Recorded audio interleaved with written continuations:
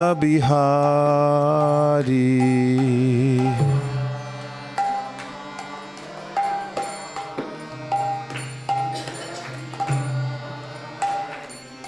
Jaya Radha Madhava Kunja Bihari.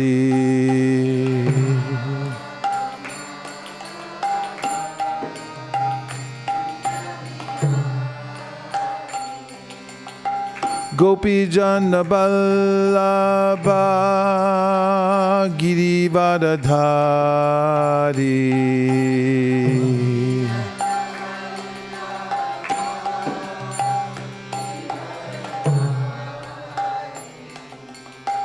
Gopi Jana Vallabha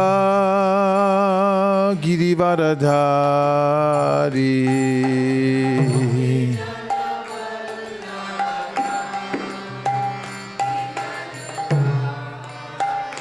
Jashodanandana Vrajajanarandana.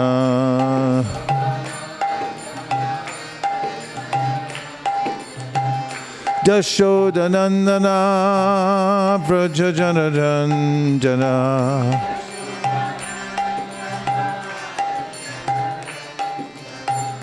Jashodanandana Vrajajanarandana.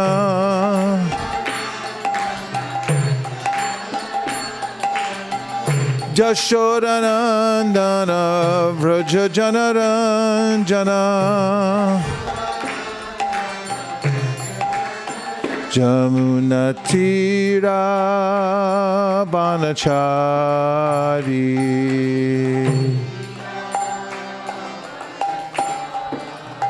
Jamunatira Banachari.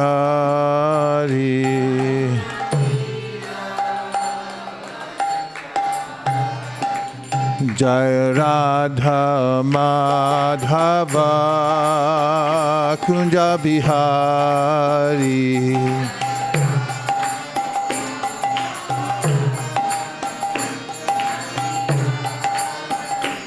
Jaya Radha Madhava Kunja Bihari.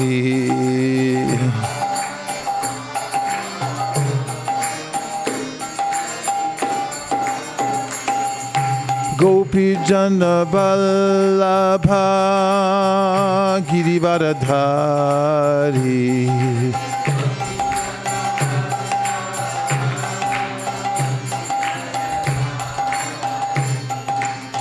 Gopi Jana Vallabha Girivardhari.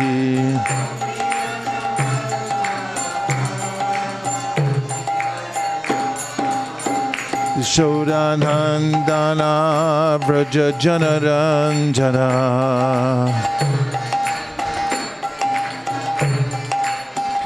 Yashodanandana Vrajajanarandana.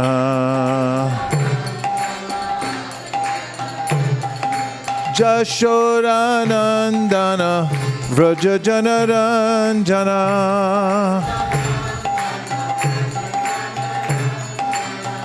Dashodanandana Vrajajanarandana.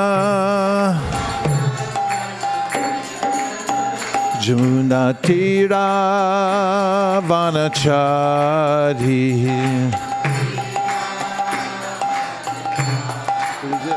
Jamunatira Vanachari.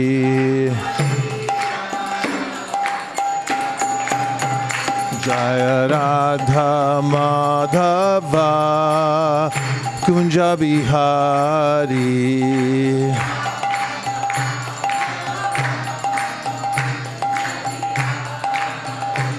Jaya Radha Madhava Kunja Bihari.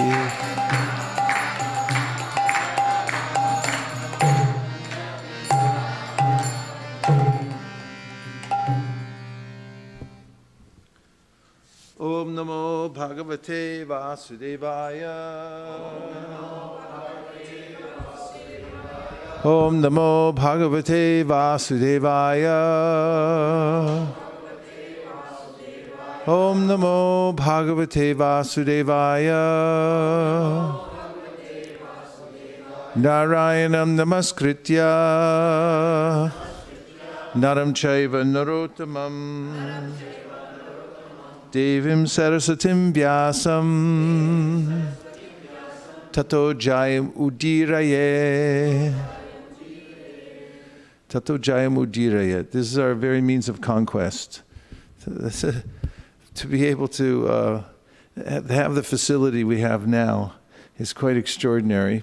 It's the mercy of Krishna through the parampara.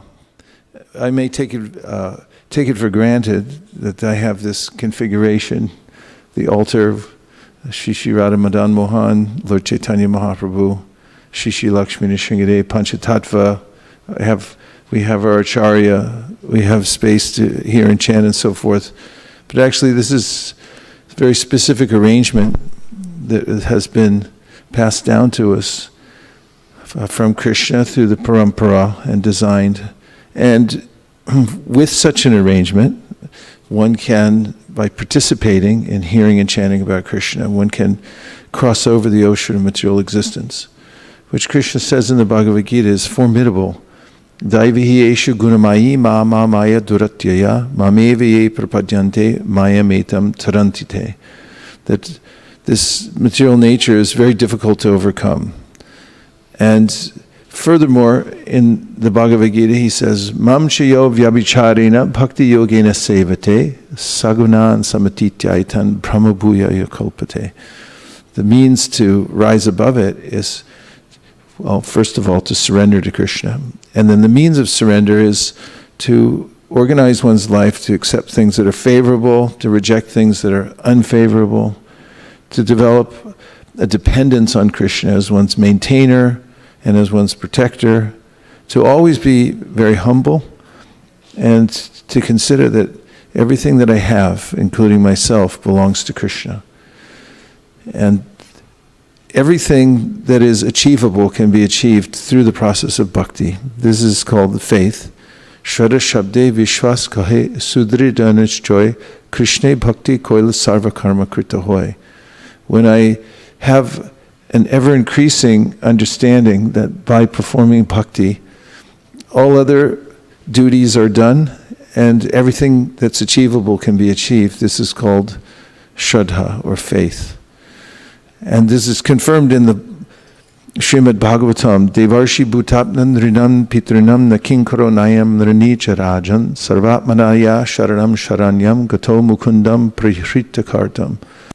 That if one is in the surrendering process to Mukunda, then all of one's obligations to other entities are covered. I was going to say nullified, but I like covered better.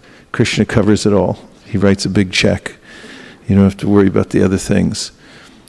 So it's befitting that we're here, gathered in this place. It's what the sages at Naimasaranya, how they attain perfection by meeting Sutta Goswami there. It's how the sages who sat to hear Shukadev Goswami, even though he was a 16-year-old, and many of them were hundreds of years old, and great venerable sages sat to hear the Bhagavatam out of reverence, because tato jayam udirayat, it's the very means of conquest. And those of you here at ISV and elsewhere who are tuned in from around the world, who are regularly reading Srimad Bhagavatam, know that Srimad Bhagavatam is the answer to all questions. It answers all questions, and it also does so in a way that is uncanny. It addresses all the psychological conditions of a human being and shows how to overcome the obstacles created by those psychological conditions, which are a result of one's interactions with the three modes of material nature, and to come to full faith in Krishna, which is not an easy thing to do when the living entity is ensconced in the material energy, how to pull them out. In fact, I was just discussing even last night with some devotees who are taking care of other devotees, which is a worthy occupation that we were remembering how Srila Bhaktisiddhanta Saraswati Thakur said that I hope that all my disciples are prepared to give at least 200 gallons of blood to save even one person from the mire of material existence. And so we should consider that leaving the material nature is formidable. It's not something that can be done as a hobby. One has to invest one's life and soul. As Prabhupada says, in the light of the Bhagavat, going back to God, it is not a plaything. It must be taken very seriously. On the other side, the acharyas have lined up the process in such a streamlined way that ordinary people can take advantage of the system. You don't have to become a great sage and move to the mountains. You don't have to move to Mount Diablo and camp out in a cave. They're probably all closed now because of the government shutdown anyway. But anyway, in any case, anybody living in Silicon Valley and working at the same time can achieve perfection because of the potency of the Supreme Personality of Godhead coming down through his pure devotees. As mentioned, Bhagavatam, to confirm my point, Kiratu Hunandra Pulinda Pulkasha Abhirashumba Yavana Kasadaya Yene Chapapa Yadapashraya Shraya Shudyanti Tasmai Pravavishnive Namaha. Shukadev Goswami says that he names categories of people who are below ordinary. They're not considered ordinary because they're outside the varnashram system. They're unregulated and do crazy stuff. But even they, he says, through this process of the Bhagavat process, can be fully liberated and come to the perfectional stage of life. So, congratulations for coming here today to this sacred place and for joining us online from places around the world.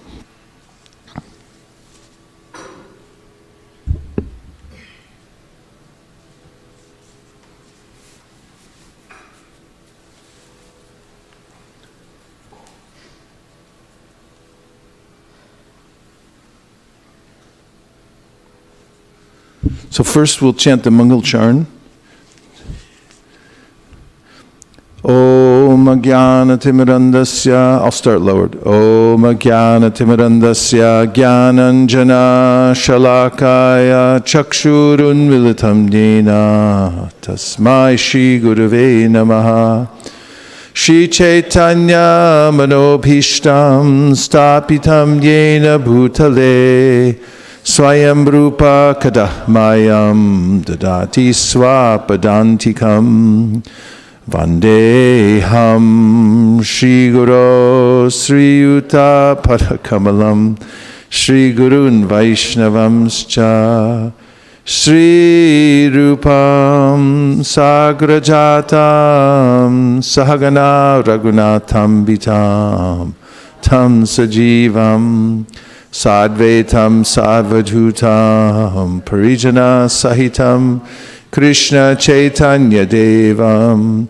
Shri Radha Krishna Padan Sahagana Lalita Shivishakhan Vitamscha He Krishna Karuna Sindho Dinabandho Jagatpate Gopesha Gopika Kanta Radha Kanta Namostute Tapta Kanchana Gaurangi Radhe Vrindavaneshwari Vrishabhanu Sute Devi Pranamami Hari Priye Vancha Kalpatarubhyascha Kripa Sindhubhya Evacha Patitanam Pavanebhyo Vaishnavebhyo Namo Namaha Jaya Shri Krishna Chaitanya Prabhu Nityananda Shri Advaita Gadadhara Shivasari Gaura Bhakta Vrinda Hare Krishna Krishna Krishna Hare Hare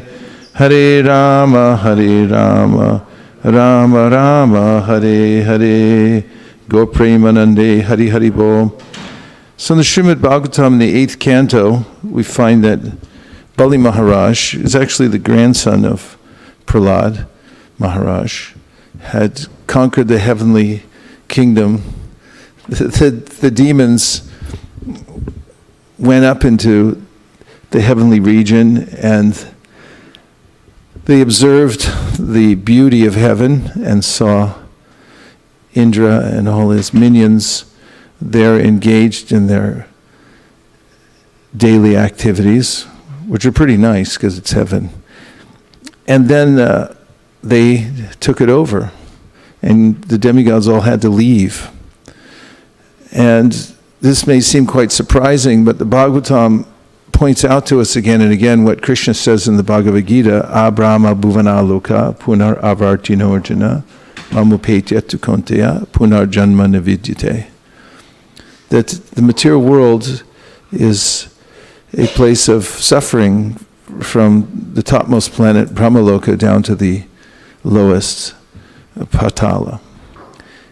And no matter what kind of condition one thinks is nice here in the material world, it's actually an illusory type of nice because it's not our home and will be moved along.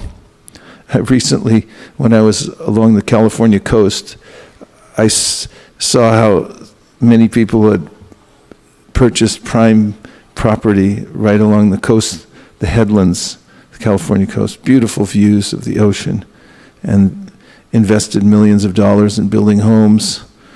And I'd see the homes and I'd look down at the ocean and how the ocean had, over time, probably hundreds, maybe thousands of years, worn holes in the huge masses of rock below. So there were actual channels that go through from the relentless pounding of the waves. And then I was comparing in my mind the time scale of the people living in the homes to the ocean and the forces of nature. And in geological time, our lives are but a flicker, a flash. 70 years, 80 years, if one's lucky, goes by in blink of an eye. And time moves on inexorably. However, everyone's thinking that I have some important things to do here, and I'm an important person. But not only is our life tenuous here, but it's rather insignificant as well, unless one's engaged in the process of devotional service, as is mentioned in the Bhagavatam, Ayur Harati Vaipum Sam, that the sun is crossing over the sky and it's telling everybody, you're wasting your time. Unless you're hearing and chanting, you're actually just burning yourself out in the few seconds that you have to take advantage of this life. And this is true not only on this earth planet, where we have a modicum of happiness and success. It's kind of a blessing, actually, because we're right in the middle. But in the heavenly planets, where things are perfectly aligned, well, not perfectly, as I'm saying, but they're aligned in such a way that one feels the kind of way you do when you have enough money for the foreseeable future, the weather's good, and your refrigerator's full, and you don't have any worries at the moment. In heaven, things are like that all the time. So people tend to forget about self-realization. In any case, it's as good as it gets in the material world, practically.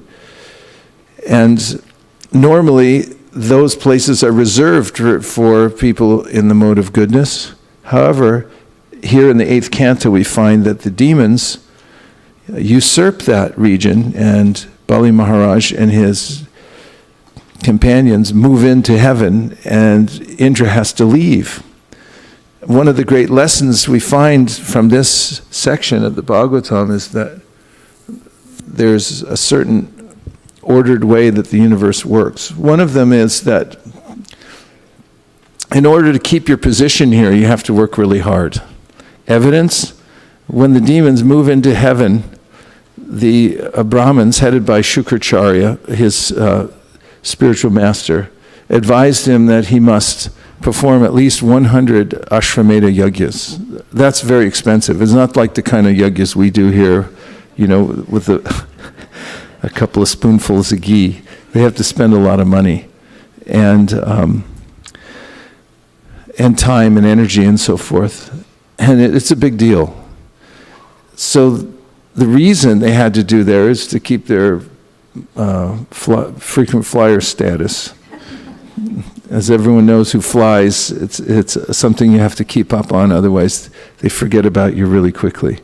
On the airlines, you have to fly a certain amount of miles so that you can walk on the little plastic red carpet and say, okay, you go here and everybody else wait your turn.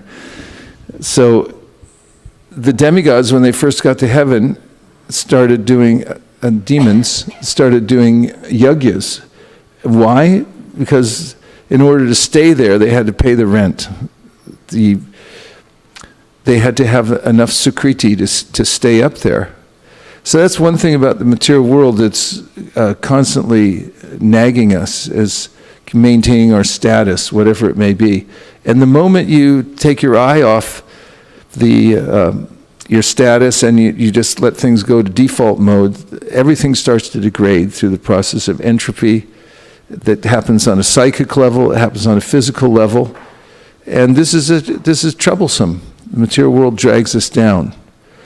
So the Bhagavatam saying that this isn't our natural environment.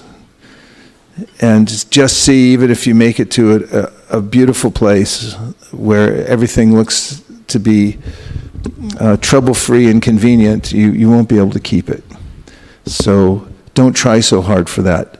Narada Muni says, tasyaiva heta tasyaiva heto prayate takovido nalabhyate yad brahmatam upariyata talabhyate dukkhavaranyata sukham sarvatra kalena sarvatra kabira ramasa, which means that he said, don't invest your time in trying to find a convenient, nice situation in the material world, because it won't happen.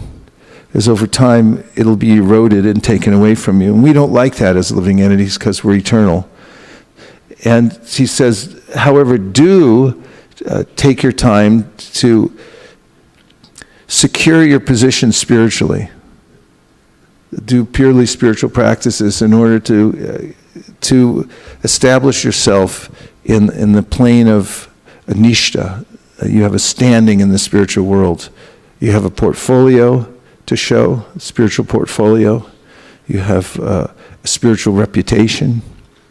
You have a spiritual integrity inside yourself, because you know that you've struggled and you've overcome the various obstacles that have faced you, and you've taken shelter of the scripture and the association, and therefore you've come to the point of nishta, or platform where you can stand on your own 2 feet. So do try for that,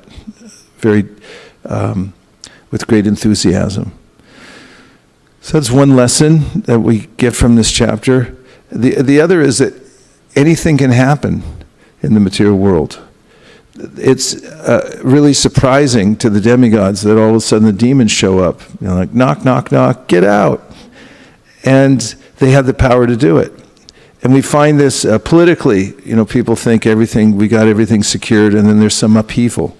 All over the world now, there are ways in which people are commenting about how various extreme religious and political ideologists are taking over posts that were before reserved for people who were more progressive and so forth. But this upheaval is always going on in the material world. This is one of the points the Bhagavatam makes. Don't think that you can find equilibrium here and it'll just rest. It won't, because the modes are always competing for supremacy.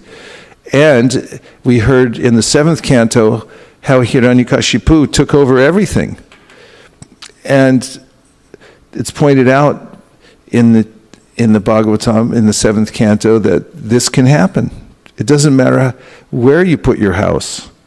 Somebody else is going to move in and wreck your whole program sooner or later, or a flood will come, whatever. But Hiranyakashipu took over even the heavenly planets, even the positions of the demigods and so forth. So this is the way the material world moves. So don't try to get comfortable here, because the modes can shift, and they pervade the whole material world. And how did the demigods lose their position, and how did the demons become so strong? This is another very interesting point. The answer is through improper alignment and through proper alignment. The demigods we find in the Bhagavatam, lose their power because they weren't properly aligned with their spiritual master, Brihaspati. Indra is sitting in his assembly, and he's starting to get used to being worshipped by everybody. They're singing his praises, people are fanning him, giving him gifts, bringing him nice drinks, and then his spiritual master walks in, and Indra thinks, well, I bowed to him last time, so this time, I'll just pass on it. Besides, these people are worshiping me now. And so Brihaspati can understand the mentality of Indra. And he didn't say anything, he just turned around and walked out and disappeared completely. And that's really hard when that happens, because then Indra came to his senses and realized, I think I made an offense. He ran after his spiritual master, but he was gone. And after that, Indra and the demigods lost their potency. Meanwhile, the demons were aligned with Shukracharya. Now he's a family priest. In other words, he's not considered to be the topmost of spiritual masters, because he's a functionary in some ways, helping the demons to achieve their material desires and so forth. And he also has his desires. He's getting paid by them, basically. Nonetheless, because the demons were aligned with him properly and worshiping him, they had potency and power. It's a very interesting point just about alignment itself. We sing, Yasya prasada bhagavat prasado, Yasya prasada nagati kutopi, Dhyayam stuvam stasya yasas trisandyam, Vande Guru Shri Charanara. There's a way in which Vishwanath Chakravarti Thakur writes in this prayer, if you're properly aligned in spiritual life through the cyclic succession, through your guru, you're a servant of the servant, you're pleasing your guru, then the blessings will be flowing through. And if you lose that connection, then very quickly you'll find that you lose your potency. So those are a couple lessons from that chapter, but it's leading up to the Payovrata vow that I want to bring up in just a minute, but first we'll take a couple of reflections. For instance, how are you doing? And anything that you heard so far that you want to reflect back. Shraddha.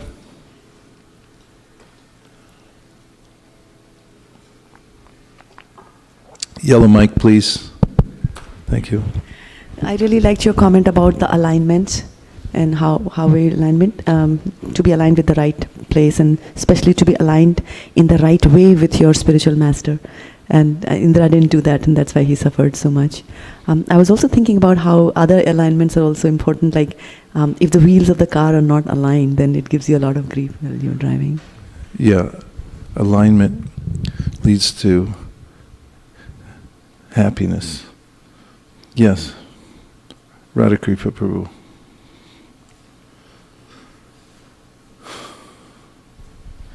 Guru Maharaj, on the alignment, I was just thinking that one always started developing their own ideology as one grows with the maturity and thinks maybe this is the proper alignment.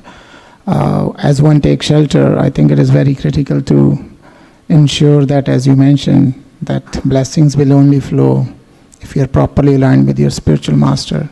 And these examples also tells you that even Indra was, as such an exalted position, is so close to Vishnu's mercy, but as he started not aligning, he could lose that. And what can happen to those who are living in this material world, who has like no intelligence at all? So yes, and Chaitanya Mahaprabhu when speaking to Prakashananda Saraswati, says that I, before my spiritual master, am a fool, murka. Although Chaitanya Mahaprabhu is the Supreme Personality of Godhead, and even if you look at him as in the context of him being a person who was born in Navadvip and so forth, even if you took him as an ordinary person, he was extraordinary in all ways, as the greatest of all scholars, defeated the Digvijay Pandit and so forth. But when he came before Srila Ishvara Puri, he claimed himself to be a fool and was open for instruction. Similarly, Rupa and Sanatan Goswami, who could write poetry backwards and forwards and knew many, many languages, were the most intelligent of their time. When they came before Chaitanya Mahaprabhu, said that we're so foolish that we actually think we know something. We don't know anything, please tell us. And this is one of the ways in which Krishna describes in the 13th chapter of the Bhagavad Gita, one opens oneself for perfect alignment in knowledge, amanitvam, adambitvam, that one considers oneself to be empty and ready to be filled up through instruction through the disciplic succession, not coming with any extra ideas of one's own, but ready to submit to the higher authority. One should use one's doubting process to come to the point of accepting that there is a supreme authority, and one should investigate very carefully. It's not something that is done sentimentally, but one should use one's intelligence to understand the fact that there is axiomatic truth. And if there is a Supreme Personality of Godhead, and He's benevolent, He'll want us to know about Him, and therefore He'll make a channel available so that we can know Him. And if one can investigate the process of knowledge, how it comes down, the fact that there is an absolute truth, and surrenders to that, then one will be perfectly aligned. Yomam evam asambuddho janati purushottamam sarvavid bhajatimam sarvabhavina bharata. And when one comes to the conclusion that Krishna is the Supreme Personality of Godhead and takes shelter there, then one becomes perfectly situated in knowledge. What are the things? Yes, Amit Prabhu.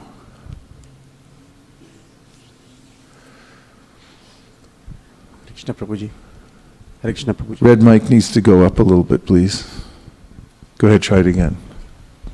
Hare Krishna Prabhuji. Hare Krishna. So I think the way you started, Prabhuji, that there is no equilibrium. So material modes are always contesting to kind of tip the balance, and to survive that contest. I think the key point is staying properly aligned. And there is something that you said in Wednesday's class that's still lingering in my head, is that, how do you, if you are working to project yourself versus pleasing Krishna, you will always get into the entanglement of the material modes. And so it was said in the context of the cooperation, but again, if we think from a context of properly aligned, so the alignment is we are not trying to work to project ourselves, whatever be the circumstances are, but we are trying to work to please please Krishna, or the representative of Krishna, which is the spiritual master. That keeps you properly aligned, and then you can survive this contest between the material modes to maintain the equilibrium. If not maintain, at least stay away from the impact of changes of equilibrium. That's something I thought was very important for me.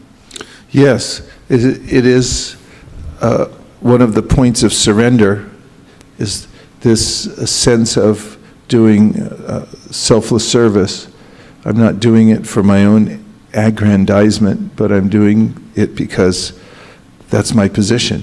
When Prahlad Maharaj was offered many benedictions by Lord Nrsingadev, he said, I'm not a merchant, I'm not a vanik. Please don't ask me to take something, because I didn't serve you because I want something in return. I'm your servant, you're my master. That's eternal, that's our position, so I just serve you. And this is the basic standard of pure devotional service, that one must do selfless service in order to be perfectly aligned.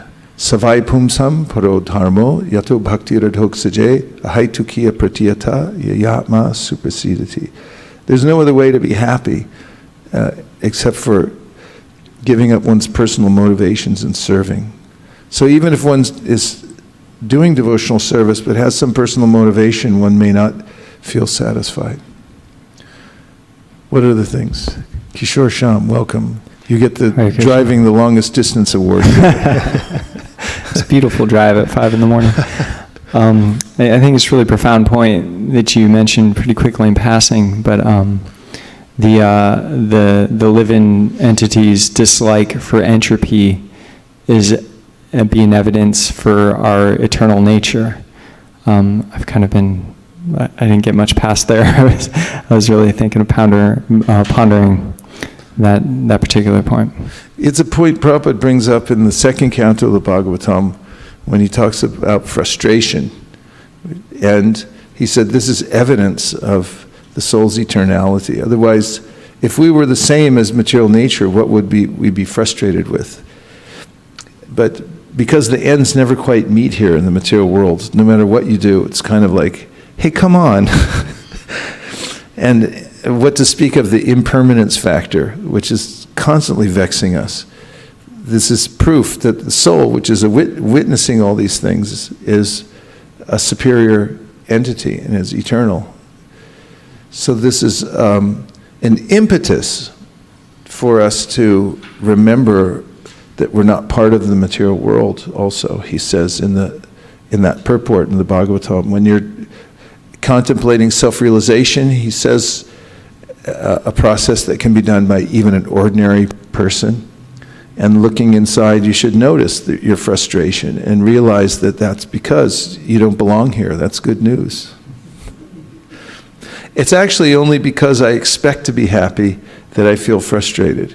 If I'm not expecting it, and I take Krishna's words as they are, that there's no happy place in the material world, then I won't be so disappointed at all. Because, hey, after all, it is what it is. If I invest myself in it and think, no, if I just adjusted a little bit more, and actually Krishna didn't really mean that, it means it for some people, not for me, then I'll constantly be struggling with the material nature. If you don't have anything, you don't have anything to lose, right? Yes, Prabhu. Hare Krishna, Prabhu. One reflection came from my mind from Ramayana and regarding this alignment and non-alignment. So, jahan sumati saha sampati nana, jahan vipati jahan kumati wahan vipatti nidhana, means that when Ravana is not listening to Vibhishan, it's like a non-aligned, so he lost the battle. And even Ram is that where there is a monkeys and reach, everybody is aligned, so he won the battle. So it's alignment and non-alignment. One of the things that came in my mind. Yep. So this is the formula for success. If you align yourself with Krishna through the disciplic succession, then you'll be successful.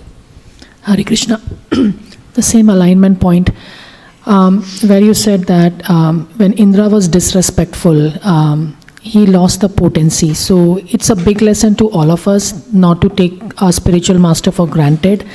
Just because we think we are doing good, we have to realize that it's the potency of the spiritual master and ultimately Krishna that has empowered to do what we are doing. And we need to always keep that in mind, that never take it for granted, what we have today. That's an important lesson for me. Yeah, and in one of the verses of the Chaitanya Charitamrita, in which Chaitanya Mahaprabhu warns against what he calls a hatimata, or a mad elephant offense. He describes how upadevi chinditatra, I can't remember the Bengali right now, that when a mad elephant gets into your garden, he or she will ruin it, and very easily. So in a similar way, if one offends a Vaishnav, then one can ruin one's devotional progress. And Prabhupada talks in the purport about how disobeying the orders of the spiritual master is an offense. So this means coming out of alignment. One begins to drift away and think it's not important, or develop an attitude of laxity and so forth. And this can cause a misalignment and havoc, actually. I just read something recently where Prabhupada said that even someone who's very spiritually advanced, if they disregard the process and make bad decisions, they can put themselves in a really difficult situation. So he was advocating that we be careful and remember the fortune that we have, and remember to stay aligned. There's a tendency often in many disciplines, as soon as one becomes advanced, to start thinking that I don't have to follow as much. But the admonition is given by Chaitanya Mahaprabhu that even when one is in a very advanced situation in devotional service, externally one should still perform the rules and regulations meticulously, at least for the example that it sets for others. So again, the alignment is important, yes. Yes, Shraddha, from the internet. So Bhaktin Kamla Vasant is watching, and she really liked the term spiritual portfolio. Yes, spiritual portfolios. And she also says that I think alignment is the big thing today, trending today. So she was saying that that without alignment with the spiritual master, blessings will not flow. And we have Radha Venkat Prabhu from Folsom, and he's saying that Bhagavad Gita 18.58 also talks about alignment, where alignment with Krishna and doing things with... Well, we're going to have to take a look at it then, right? 1858, please. 1858.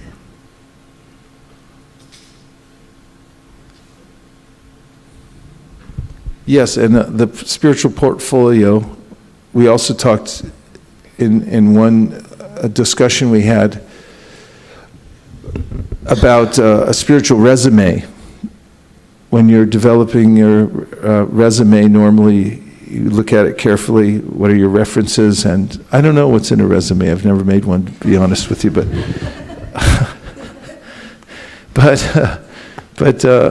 we have to have also a spiritual resume. What do we present when we're applying for a permanent position in devotional service? It's like, well, who have you worked for so far? Even when you're getting ready for college, you need references, right?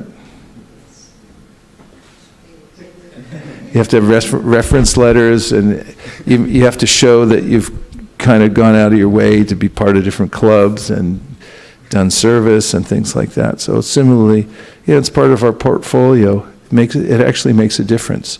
This is mentioned in the Sri Upanishad, right? We'll hear from our pundit circle down here which verse I'm thinking about.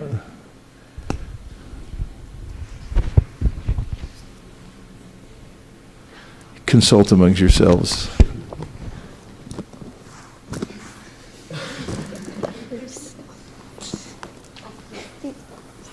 The verse starts with a V. You know the verse. Yeah, just say it to the mic. Be a little assertive, please. Vair anilam amritam atedam pashmantam shariram om kritosmara kritam smara kritosmara kritam smara. Very, very good. Now give it to your brother and he'll explain why I picked that verse. You don't have to give the exact English translation, but in the context of what I was saying, what does that mean? And by the way, I was talking about resumes and portfolios, and it matters what you have to present.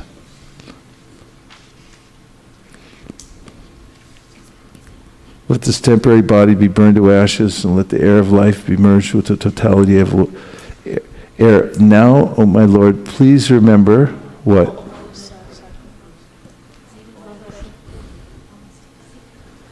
Please remember all My sacrifices. all my sacrifices that I've. Because you're the ultimate beneficiary, please remember my resume. Please remember all I've done for you. Of course, Prabhupada writes in the purport, you don't have to remind Krishna, he already knows what you've done. But is that some kind of evidence for the context of having a resume? Right? Agreement? Consensus? Thank you. Okay. Shraddha?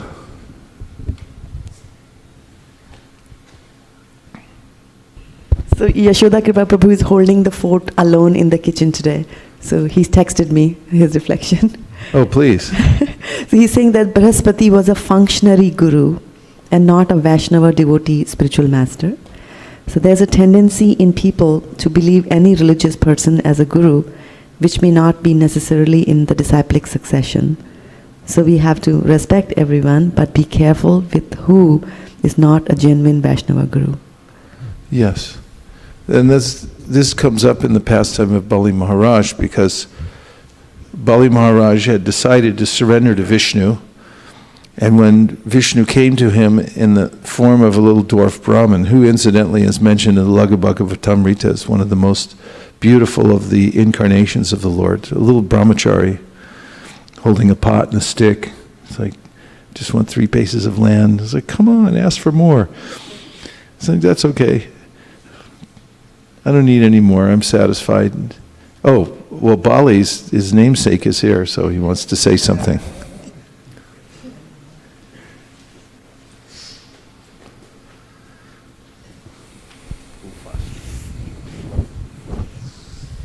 I think in alignment there are 2 instances based on the scripture. One is when Baladev Vidyabhushan started writing Govinda Bhashya. It was also 3 things he took in consideration. The first one is receiving the mercy of God, which is Govinda, receiving the mercy of the Guru, and receiving the mercy of the Vaishnavas community. Because 3 combined together, then only he confirmed the flower fell, and then he confirmed that this is what Vaishnavas, Gurus and Krishna, 3 of them wants complete alignment. And the second instance also, similar to how the Shastra is important, when Vallabhacharya, when he petitions to Sri Chaitanya Mahaprabhu about some of his scriptures, and it is not in conjunction with Sridhar Swami, then Chaitanya Mahaprabhu gave very heavy statement. Sridhar Janamani, Vaishyataramani. Means whoever doesn't consider Sridhar as my authority, I consider him a prostitute. Means such a heavy statement. So one must be aligned with the Guru Parampara, aligned with the previous Acharyas. That is important. Thank you for giving such excellent examples to emphasize that. And when Bali Maharaj saw Vamandev, he wanted to surrender, but Shukracharya advised him not to. In fact, Bali had promised to give the 3 paces of land. And when Shukracharya told him that you're actually about to be cheated because this is Vishnu, and with the first 2 steps, he's going to cover everything, and then what will you do? And even knowing that, Bali said, well, if it's Vishnu, I should give it, and also nobody in my family has ever lied or taken back charity, so I should do it. And Shukracharya cursed his disciple, said, I curse you to lose everything. But he was actually angry at him, and the reason was because there was something in it for him. In other words, how is Shukracharya going to get dakshina if his star disciple was now a Vaishnava and under, siege, and everything was taken from him? So Prabhupada points this out, that this is not the right mentality, not proper alignment with the duty of being a spiritual master. The duty of the spiritual master is to advise everyone to surrender to Krishna. As Krishna says himself in the Bhagavad Gita, Sarva Dharman Parityaja. So it's easy enough to get out of alignment by presenting the wrong value. Even if one's in the post of a spiritual master, one has to represent Krishna properly. So this verse was recommended to us by Radhakrishna Prabhu. Oh, Radha Venkat, okay. And here it is, Matchita sarvadurgani mat prasada tarishyasi atat chetvam hankarang nashokshyasi vinangsyasi. And the translation is, if you become conscious of me, you will pass over all the obstacles of conditioned life by my grace. If, however, you do not work in such consciousness, but act through false ego, not hearing me, you will be lost. Purport. A person in full Krishna consciousness is not unduly anxious about executing the duties of his existence. Not unduly anxious. The foolish cannot understand this great freedom from all anxiety. For one who acts in Krishna consciousness, Lord Krishna becomes the most intimate friend. He always looks after his friend's comfort, and he gives himself to his friend, who is so devotedly engaged working 24 hours a day to please the Lord. Therefore, no one should be carried away by the false ego of the bodily concept of life. One should not falsely think himself independent of the laws of material nature or free to act. He is already under strict material laws. But as soon as he acts in Krishna consciousness, he is liberated, free from the material perplexities. But as soon as he acts in Krishna consciousness, he is liberated, free from the material perplexities. One should note very carefully that one who is not active in Krishna consciousness is losing himself in the material whirlpool, in the ocean of birth and death. No conditioned soul actually knows what is to be done and what is not to be done. But a person who acts in Krishna consciousness is free to act because everything is prompted by Krishna from within and confirmed by the spiritual master. So let's go back to the top of the purport. Is a person in full Krishna consciousness not unduly anxious about executing the duties of his existence? Doesn't mean you don't execute the duties of your existence, but you're not unduly anxious about them. It's confirmed by Prahlad Maharaj in his prayers to Lord Nrsingadev when he says that a boat on water can't save a drowning man, that parents can't save their children, and that medicine can't save a sick patient unless the Lord authorizes it. And this should be the consideration, even as one's doing one's duty, that it won't be successful unless Krishna gives his blessing. And that's something that Srila Bhaktisiddhanta Saraswati Thakur used to mark by saying Krishna willing. In other words, we say we're going now to the town, Krishna willing.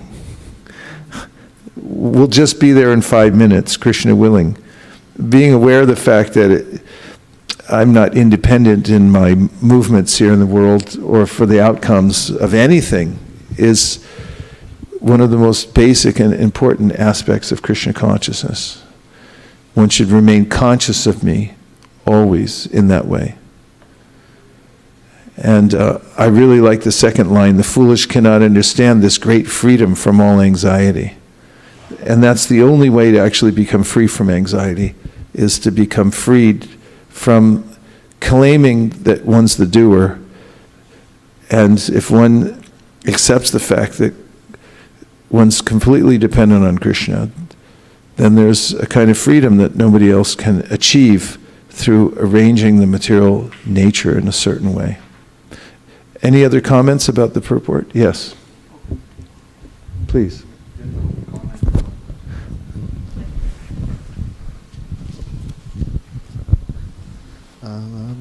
I have a comment about just what we heard today. We heard Tato Jayam Udiryet means is the means of conquest. So that was kind of a revelation that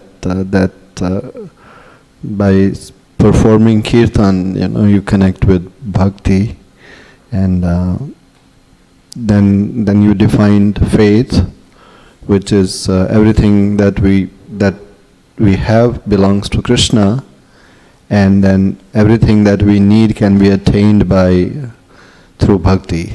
So that kind of sums it up. I have a question that you talked about nishtha. So nishtha is a result of constant practice, or it is a it's a result of blessings from Krishna, or it is a result of thickening of faith? Or what was the third thing? Thickening of faith by practice. All three. It is considered the thickening of faith. Yadrishi shraddha siddhir bhavati tadrishi, Brahma Samhita says that's as one's faith thickens, one is known to be more advanced in devotional service. And actually the progression of stages of devotional service in which Nishta is mentioned, starting with Adao Shraddha, Tata Sadasangata, Bhajana Kriya, Tato Narta Nivriti Sat, Tato Nishta Ruchi Stata. This mention of Ruchi comes in the line of progressive stages of thickening of faith. And it begins, of course, with Agyata Sukriti. One comes in contact with devotees unknowingly, and then comes to the point of some awakening of a feeling of appreciation for devotional service, which leads one to association with devotees, which leads one to practicing devotional service, which leads one to the process of anartha nivriti. And yes, it's a thickening of faith. It's also based on practice and the mercy of Krishna. The way that this is mentioned in the Srimad Bhagavatam is in the progression of verses in the first canto, second chapter, beginning with Shushrusho Shradhanasya Vasudeva Kataruchi Syan Mahat Seveya Vipra Punya Tirtha Nishevana. So this verse says that if you serve a devotee, you did great thing. This is a great service. And by that, your taste for hearing about Krishna will awaken. Then, Shrinvatam Swakata Krishna Punya Shravana Kirtana Hridyantaksto Hibhadrani Vidunoti Suhritsatam. As you hear and chant, Krishna helps you from within the heart to remove the obstacles. The Nashta Praishu Bhadreshu Nityam Bhagavata Sevaya. This verse is interesting because it's mentioning that your anarthas are removed by the process of hearing in association of devotees practically to nil. And the next verse then goes on to say that, describe the position in which tada rajas tamo bhava. At the time when all of the anarthas are gone, then you realize yourself and your relationship with Krishna. So there's progression that happens as you practice, but one of the ways in which it happens is that Krishna notices that you're hearing and chanting, and he takes a personal interest in helping you. Of course, he always has a personal interest in helping us, but when we exert ourselves to listening to the pastimes of Krishna and the instructions of Krishna, then he especially helps us from within the heart. Kishore Sham, please.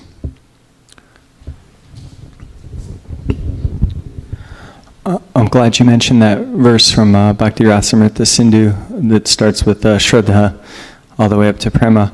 I've been reading the Bhakti Siddhanta Saraswati's Prakrita Rasa Sata Dushani, right? The development of rasa without mistaking it for being material rasa. Right? There's 100 verses on this. And I'm a little confused. There seems to be almost a very clear, I'm confused about how porous is the divide between anartha nivriti to nishta to ruchi.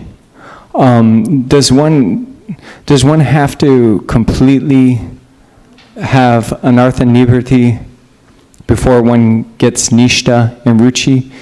Would it be bragging if one were to say that one has experienced ruchi without having complete anartha and nivriti? I guess is my question. How complete is the process? It's reasonable, and it's mentioned in the Bhakti Rasamrita Sindhu that sometimes these, and also in the Madhurya Kadambini, that sometimes one experiences samples of these things prematurely. Even in the Nectar of Devotion, you'll notice in the section that Prabhupada mentions about attachment to pure devotees. If one gets association with a pure devotee, one can, through the moonshine that comes from the heart, the shining moon of the heart, of prema, of the heart of a pure devotee, one can start experiencing some advanced symptoms oneself. And there's also the case given for Narada Muni. And we notice in the first canto that Narada, although he wasn't qualified, had an extraordinary experience where he got a very strong dose of ruchi in association with Krishna, and then he lost it. And then Krishna spoke to him and in an unembodied voice and said, there, little sample, but you're not ready yet. So keep practicing. So yes, they can be, one can experience these things out of turn, but the being actually situated in that properly is something that happens in progression. If I may, elsewhere, Rupa Goswami mentions lobha in its relationship to ruchi. But then I note that on that particular list, lobha is not included. And neither is rati. Though I tend to equate rati with bhava, I'm just a little confused on like maybe the positioning of lobha in terms of ruchi. And then am I right to be equating rati with bhava on that particular list? Yeah, and those details are enumerated in the literatures, like the Bhakti Rasamrita Sindhu and so forth. And one thing that we should know importantly is lobha comes after anartha nivritti. In other words, that once we're freed from the dross of these particular obstacles to our devotional service, which are mentioned, the obstacles to coming to Nishtha are actually start off with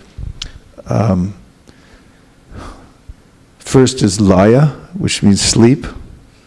It means that I have a tendency to sleep while I'm doing bhajan.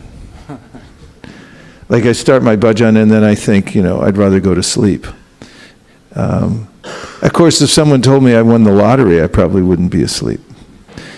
So the tendency to sleep is one of the obstacles. And then another one is distraction. And it means that while I'm doing my chanting, while I'm doing anything else, my mind jumps to some other thing. It's not fixated on the hearing and chanting. The real situation of pure devotional service, madguna shruti matrena mai sarva guhashaye manogatir avichina yata gangam basom mudao. That the mind is fixated on hearing about Krishna and pulled just like the water of the Ganges goes towards the ocean. And then there is a situation in which one's not distracted. There are no distractions, but one's just not interested. And then there's innate desires that I have. They're just there in my senses. There's kind of a contamination. Senses have that they're attracted to their objects naturally. And then there's certain qualities like lust, anger, and so forth that still reside within the heart. And these are mentioned as the great obstacles to attaining Nishtha. But by the practice of devotional service and Krishna's help, when one goes through the great exercise of anartha nivritti, then one comes to Nishtha. And Nishtha is actually defined as the absence of these obstacles. Then one begins to develop lobha, or intense greed for devotional service. And after all, what else are you going to do? If you don't have any preoccupation with the material world anymore,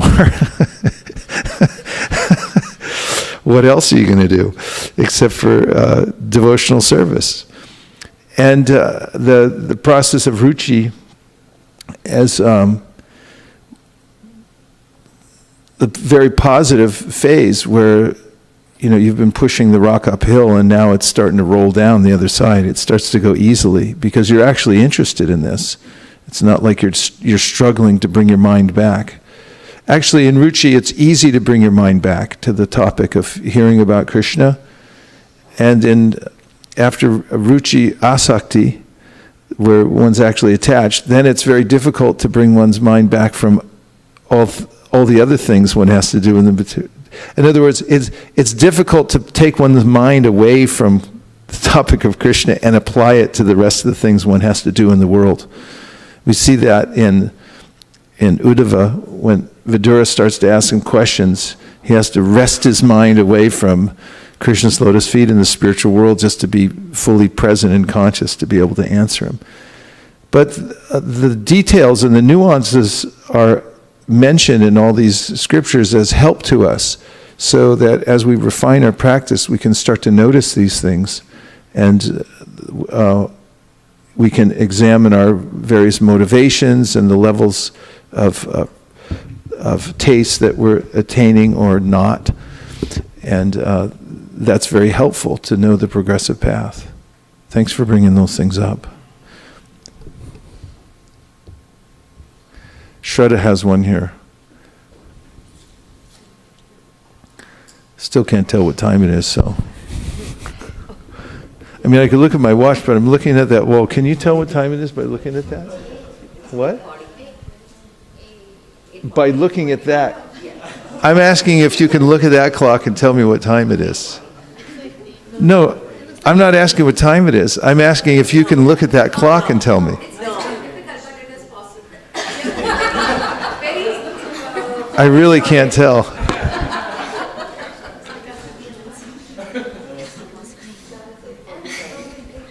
It's very interesting.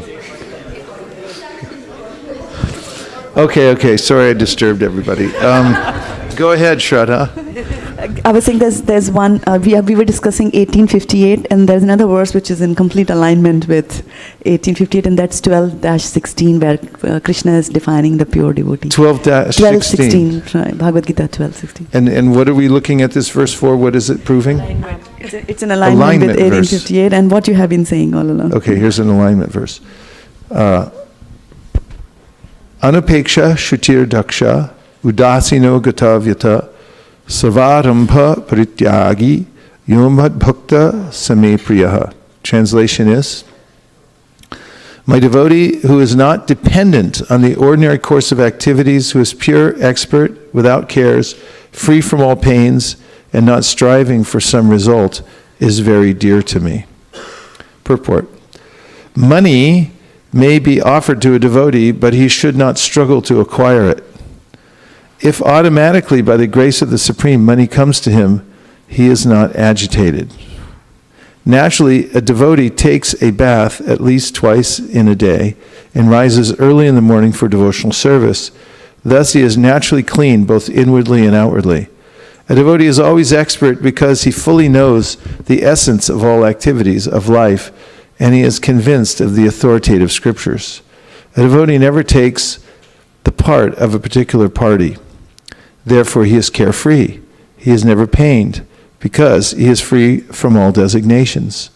He knows that his body is a designation, so if there are some bodily pains, he is free. The pure devotee does not endeavor for anything which is against the principles of devotional service. For example, constructing a big building requires great energy, and a devotee does not take to such a business if it does not benefit him by advancing his devotional service. He may construct a temple for the Lord, and for that he may take all kinds of anxiety, but he does not construct a big house for his personal relations. Up to the top again, would you mind? Money is maybe offered to devotee, but he should not struggle to acquire it. It's just going back to Narada Muni's verse, where he says that things naturally come according to one's previous karma. And I just recently, I have a nephew, I think he's 49 years old, and he's intelligent, but he's really simple. He just retired because he could at 49, because he inherited from both my sister, who had money, and his father, who recently died. So he lost his father and his mother recently, but they both had a lot of money. And, but he's never really worked very hard at all. He's a librarian. And like I say, he's a simple person that really has never exerted himself very much, except for he's done his duty. He went to school, got a degree, and became a librarian. In an obscure part of a college library, he worked in the drama section. He knew all about drama, and the drama students would come in. He knew which play was where. I mean, and he never really worried for money very much at all. And then he just suddenly became the wealthiest person in our family. Without thinking about it much. And I was just noticing that because I saw him recently, and I was thinking, like, that's interesting. It's like he never really tried. Others tried, and they really didn't get very far, but he didn't do anything. And he's just a simple librarian who's now retired and doesn't live ostentatiously either. It's kind of still a simple lifestyle. Doesn't even have a car. But things come, and they go. So devotees also, they realize this principle, and devotees consider themselves, just like Prabhupada would give the example, if you're a teller at a bank, and all kinds of money comes in and all kinds of money goes out. When it goes out, what does he care? And when it comes in, he's also not disturbed. He just puts it in the right place. So devotees also realize that whatever I have, it's coming by Krishna's grace, and it's not mine, so I just take care of it. And if it goes out, that's fine too. It's up to Krishna. I'm just watching over these things for him. And you had another point, please. Actually, Narhari Dev Prabhu from Canada Really? posted something. Yeah. Thanks for joining us, Narhari Dev Prabhu. He says that it's kind of interesting how much one must do to actually maintain your position in the material world. Even the demons had to do 100 Ashwamedh sacrifices to get to stay in the heavenly planets. Trying to remain Krishna conscious and engaging in devotional services is important while maintaining one's body in this material world. Prabhupada points out, thank you for that point. He points out even more specifically this dichotomy. That is that it's really hard work to go to hell. And it's relatively easy to go back to Godhead. And he explains that in order to go to hell, you have to build roads, you have to maintain big buildings, you have to maintain slaughterhouses, a big stock exchange program. If you look at all the implements of the material civilization, they're very complicated.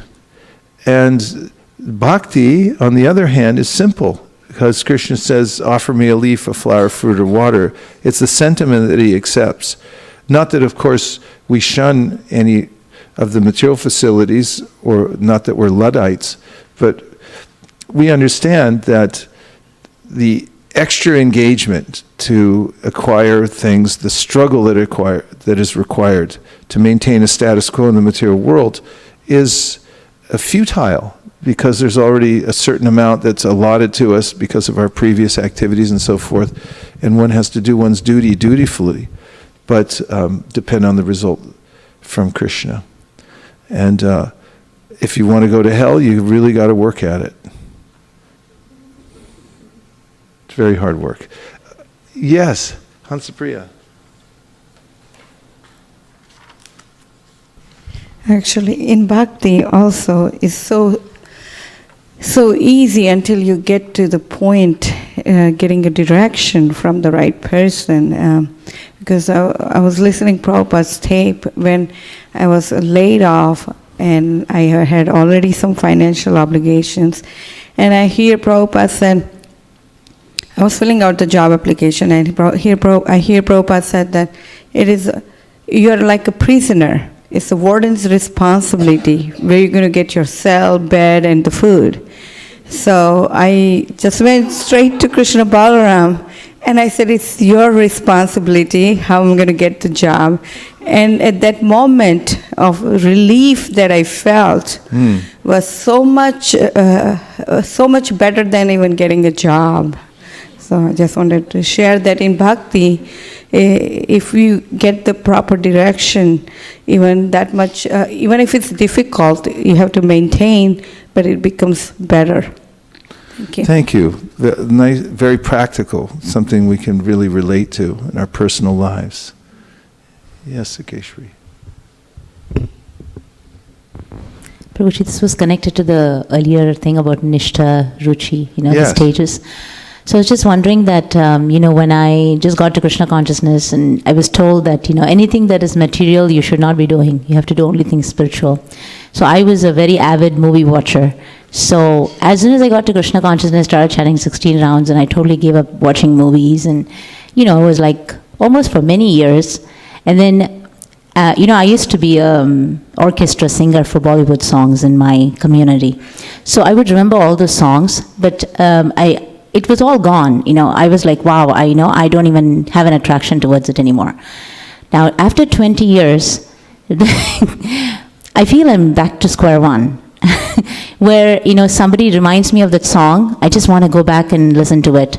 Or I want to sing the song because I love music. So, I was just thinking that I just feel that after so much of sadhana, I'm coming back to the same square one. Yeah, we might feel like that sometimes, square one, but there is no square one, because as one invests oneself in devotional service, whether we know or know not, there's a reservoir of experience, spiritual experience we have within us. And that will come to bear. Prabhupada mentions that in the light of the Bhagavat, that we are practicing devotional service, and just as when people are practicing chaturmasya and they stay in one place and perform austerities, they may then begin to take it for granted and think, oh, I'm just sitting in a room, what are we actually doing here?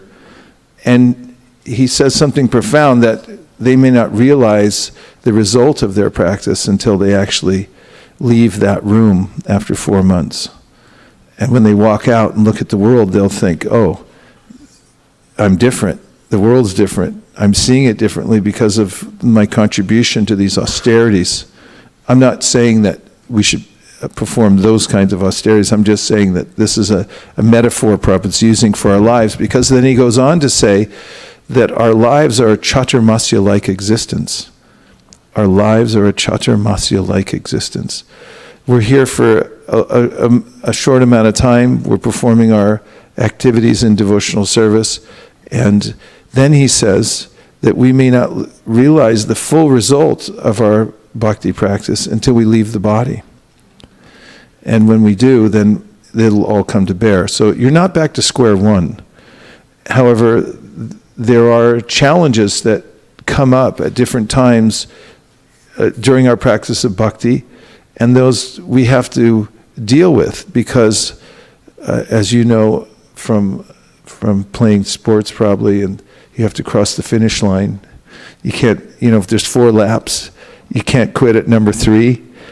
And also, when you're going across the finish line, they teach you to run past it, because you don't want to just walk up to it or whatever. So we have to be vigilant coming into the last parts of our practice, and we also have to, at certain intervals, reinvest ourselves, realign ourselves, because complacency can come in at any time, and we can also become distracted.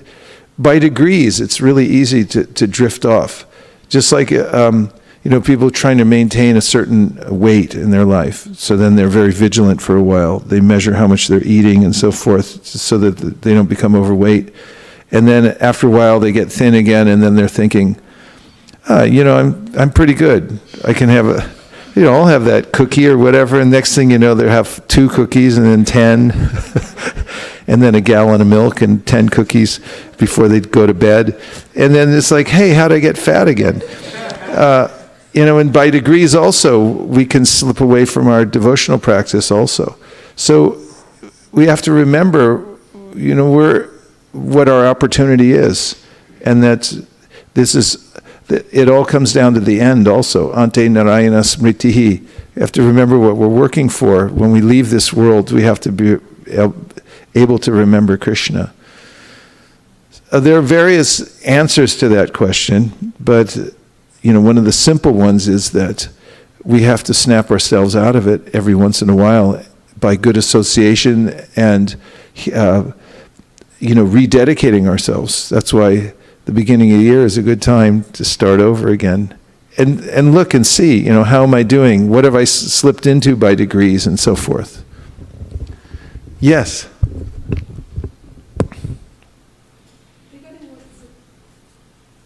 Regarding what Sukeshwari said, Prabhu, I remember what you said in the other class, like you may feel like you're at the bottom of the hill all the time, but you're climbing a different hill because there are layers. Yeah. So, and I also remember what Hanumat Preshak Swami says, that the same tests will come again and again. It's like a spiralizer.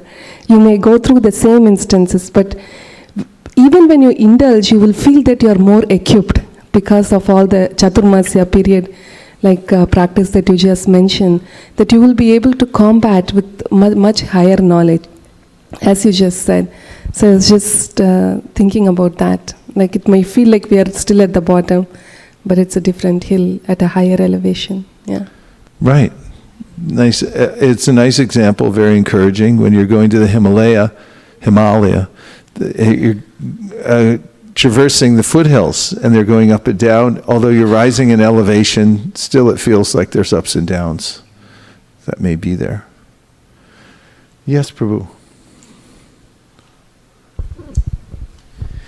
Guru Maharaj, to your earlier point when you mentioned that more the person become advanced, as Prabhupada mentioned in your discussion, you told that they have to be very careful. They shouldn't start taking the process lightly. I just wanted to highlight one experience I had 2 years ago when my mother's spiritual master visited actually gracefully our home, and he's 90 plus. And he has thousands of followers. But when we offered him the prasadam to try in the morning, and he gracefully declined, he said he hasn't yet finished his reading. I was stunned. I was on that stunned. He's 94 actually. But he said, I haven't finished that. I'm going to finish it while I'm driving to the Haridwar on the way, and then I will eat. So I thought, like, to your point, those who are advanced, they don't take things lightly, their practice. So just thought to share. Yeah, I felt that one. That was good. Haridas Thakur also, when he became infirm, and Chaitanya Mahaprabhu told him, you have nothing to prove. You don't have to chant so many rounds now. Haridas Thakur said, basically, he said, I'd rather die than not finish my rounds. So if you could accommodate me, I'll just die, now, while I can see you while I'm dying. So yeah, remembering the happiness of being strict. Entitlement is something Jamuna used to talk about, the famous disciple of Srila Prabhupada who passed away a few years ago, but she mentioned frequently how as one continues in the practice of devotional service and gains some status, one might then take advantage of it and consider oneself entitled. That now I don't have to be as strict, or now I deserve certain things.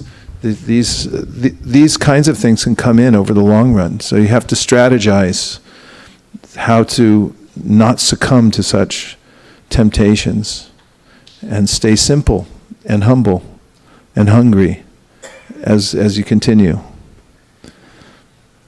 So, is there one more from the internet? Oh yes, from over here in the Pundit circle.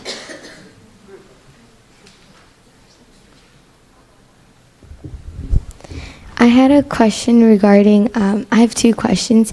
The first one is about status and result, because often, like, if I'll do something like service or anything, then I'll get to my head for the results. So how do you not get too much, like, how do you not go after the status and results when you're doing devotional service or just in bhakti in general? Well, one thing is to think in a bigger way. And if you consider that your goal is to see that for instance, say you're doing service at ISV, and if your goal is to see that ISV is successful, then you won't consider it as much, oh, how I'm noticed for what I just did. I noticed this in book distribution, for instance. And living entities are fiercely competitive. I've noticed this about living entities. And, you know, in the old days with book distribution, there was a way that I noticed even that it was hazardous. Devotees would be so involved in competing in book distribution that's what they really cared about more than anything, is just winning. And even to the point where they would withhold information from others so that, you know, others wouldn't get an advantage. They'd win. So this is due to what they call in business of, what is called bounded rationality, that you become so bound in your own tiny little context that you forget about the overall mission. So I noticed for myself that thinking in terms of the whole world should distribute books, you know, one global team. And then, okay, ISV is one part of it. Look at the microphone, that's really interesting.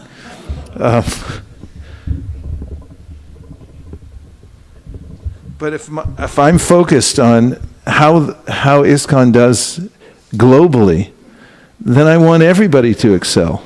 Or as in North America, about 8 years ago, you know, we got together and said, let's work as one team and measure as one team and see how we do. Then we become more interested in like how everybody does, because we're thinking in a bigger way. That's one thing. That it's very practical. And the other thing is to realize that the only one who really notices everything that you do is Krishna. Other people, they may notice or not notice what you did. And also, more importantly, they may care or not care. If you're doing it to impress other people, sometimes if you do something extraordinary to impress other people, they may just get envious. And it may be counterproductive that you look what we did, you know. And people are like, yeah, well, we hate you now. We used to actually like you when you were the underdog, you know, but now that you're a big shot, you know, we don't even like you anymore. So that there's not a lot of fruit in actually, you know, doing big and then showing everybody.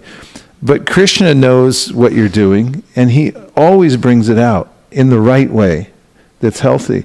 So one can then conclude that it's a much better program just to do my service and offer it to Krishna and not worry about it. Let him deal with whatever remuneration or adoration or distinction that comes from it.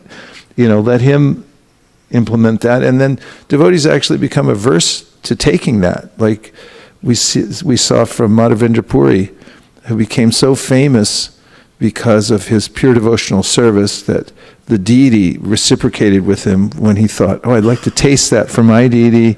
And then the deity stole some of the sweet rice and then told the pujari in a dream, go give it to Madhavendra Puri. And then he went to gave it to Madhavendra Puri, and Madhavendra Puri thought, uh-oh, this is going to get out. And people are going to come after me and my bhajan will be disturbed. So he just left. So you have to have some kind of an internal recognition that really I'm doing this for Krishna, and just leave it at that. I mean, there are some cases where recognition is necessary to hold things together, and that's a tricky thing. Prabhupada insisted that he be named the ISKCON founder Acharya. You know, and when people started, disciples who had been influenced by other colleagues of Prabhupada who were envious of his success, and then they started, for instance, one of the books came out, they published it, and they just put A.C. Bhaktivedanta. They didn't put the word Prabhupada. And Prabhupada started to notice little things that people had been influenced, his own disciples. And, you know, once he recognized it, and he started talking to the devotees about it, and he was very disturbed because it was necessary for him to be in the center of the organization and recognized as that. He knew that in order to hold it together. So his motive wasn't to be recognized that, oh, I want to be known as the founder Acharya for self-aggrandizement, but because he knew every organization has to have a clear Acharya. Otherwise, it'll fall apart because people will drift in different directions if it's not clearly established. So the motive has to be correct. But for our purposes, we can, in most cases, we can really just surrender the result of what we're doing to Krishna and let him deal with it and let it come out that way. Does that help? Yes. And you have another one. My second question, I think I found the answer, but the question was that in the teachings of Queen Kunti, in one of the purports, Srila Prabhupada mentions that Krishna actually wants us to go back to Godhead with him more than we want to ourselves. But my question was just then, why were we put in this material world in the first place? Because he has like the potency to change our opinions and like how we feel about coming to the material world.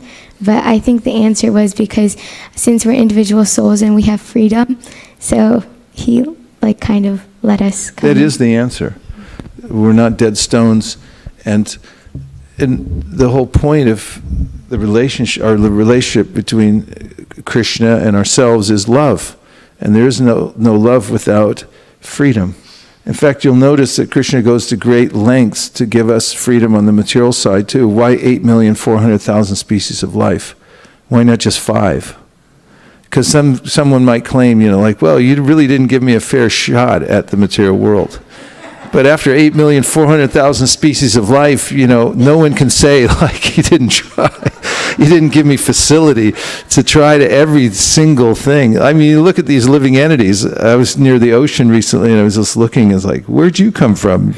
You're really strange, And it's like Krishna is like, you try everything. And if there wasn't an alternative world that with unlimited facility to try all kinds of things, where's the freedom of choice? And that's really the theme of Krishna's entire creation, material and spiritual, that the living entities have the free choice to take it or leave it. We are of the same quality as Krishna. Different quantity, but same quality. It means we're little controllers also. And we also have the same kind of free will Krishna has, but just not unlimitedly. So we tend to get caught in little eddies and whirlpools because of our misuse of independence. The ultimate answer to that question of how we came to the material world is something that Krishna knows. And that we can know when we're in Chit Samadhi. And the endless pursuit of answering that question on an intellectual level is just that, an endless pursuit that goes on here, there, and everywhere, but you don't see it endlessly pursued in the Bhagavatam, Chaitanya Charitamrita, Bhagavad Gita, or anywhere else. Thank you. Very provocative and interesting questions. Okay, so now we're going to chant our Chad, and this month's Chad for January is what? 16, okay. So if we could stay on track for the year, which means do Chad, and if you really want a special experience in 2019, then do Chad Plus. So Chad Plus this year is you do your one chapter of Bhagavad Gita every day, plus we've added in, you chant the selected verses from each canto as given in Prabhupada's shloka book. And that's what you add on to your chapter of Bhagavad Gita for Chad Plus. And that means that we're doing chapter 16 of the Gita and chapter 1 selected verses from the shloka book. Am I correct? Okay. Is everybody up for that? Okay.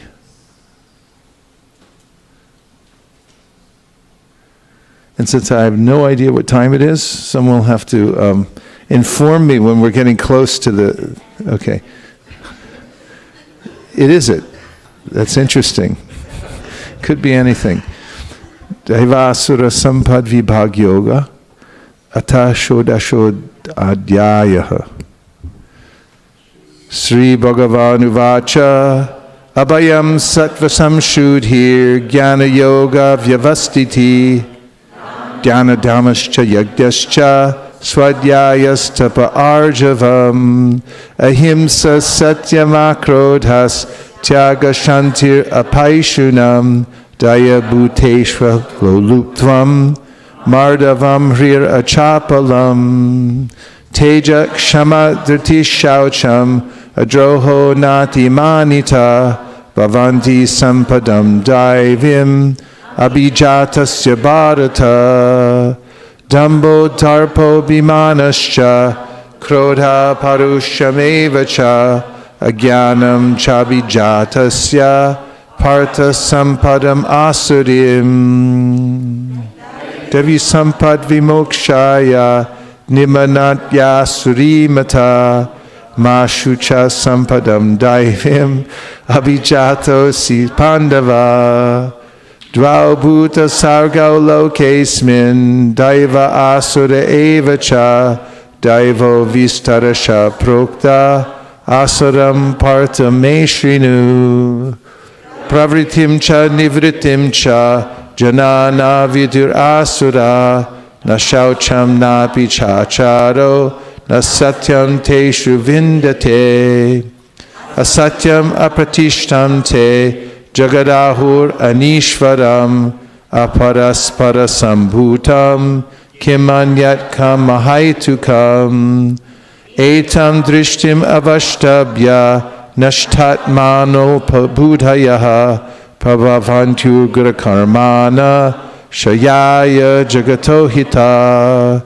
Kamam Ashrita Dushpuram Dambamana Madanvita Mohad Grihivas Graham Pravartante Shutivrata Chintam Aparyameyam Cha Pralayantam Upashrita Kamo Paboga Parama Etavad Iti Nishchita Asha Pasha Shater Badha Kama Krodha Parayanaha Ihante Kama Bogartam Anya Yenartha Sanshayan Idam Adya Maya Labdam Imam Prapse Manoratam Idam Astidam Apime Bhavishyati Punardhanam Asau Maya Hata Shatrur Hanishe Chaparan Api Ishvaro Hamaham Bhogi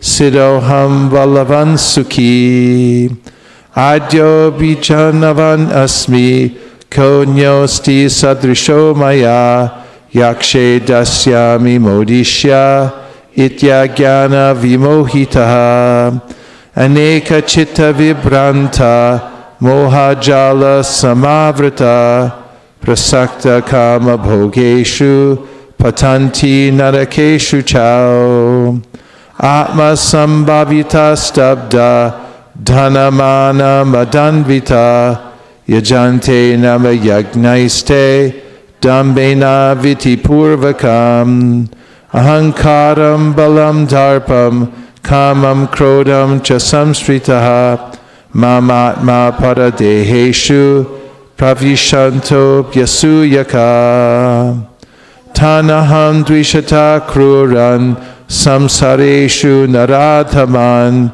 Shripam Ajasram Ashubhan Asura Shveva Yonishu Asuryam Yonam Apana Muda Janmani Janmani Mama Prapyaiva Kaunteya Tato Yatya Tamam Gatim Trividham Narakasyedam Dwaram Nashanam Atmanaha Kama Krodhastata Lobhas Tasmat Etat Trayam Tyaje Eter Vimukta Kaunteya Tamo Dwarais Tribir Naraha Acharat Yatmana Shreyas Tato Yati Param Gatim Yashastra Vidim Utsrija Vartate Kamakarataha Nasa Siddhim Avapnoti Nasukam Na Param Gatim Tasmat Shastram Pramanam Te Karya Karya Vyavastitau Gyatva Shastra Vitaduktam karma kartum iharhasi. Om Tat Saditi Srimad Bhagavad Gita Supanishatsu Brahma Vidyayam Yoga Shastre Shri Krishna Arjuna Samvade Daiva Asura Sampad Vibhag Yoga Nama Shurashodhyayaha Hari Om. Translations.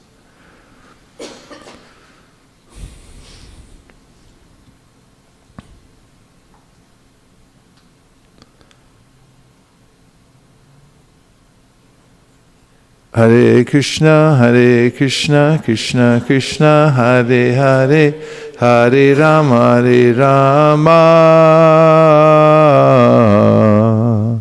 Rama Rama, Hare Hare. Okay, 3 each, starting over here. The Supreme Personality of Godhead said fearlessness, purification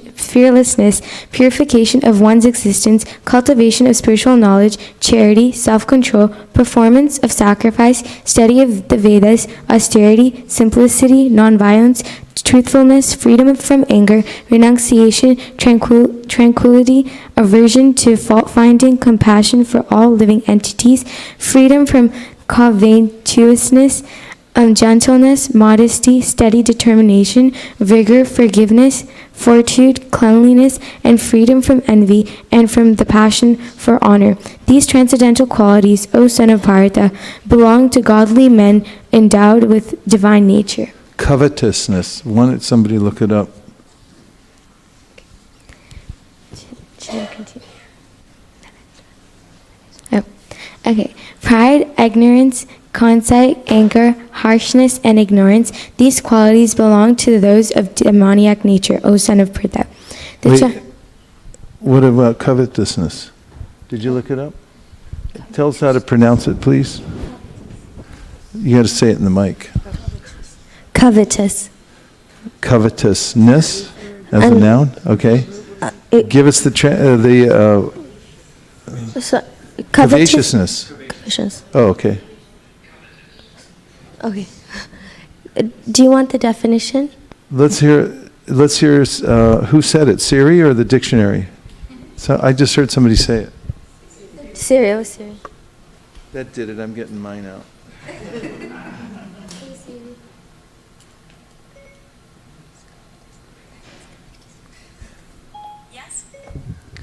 Yes. Covetous.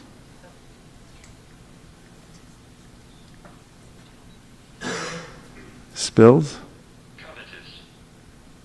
Spell, please.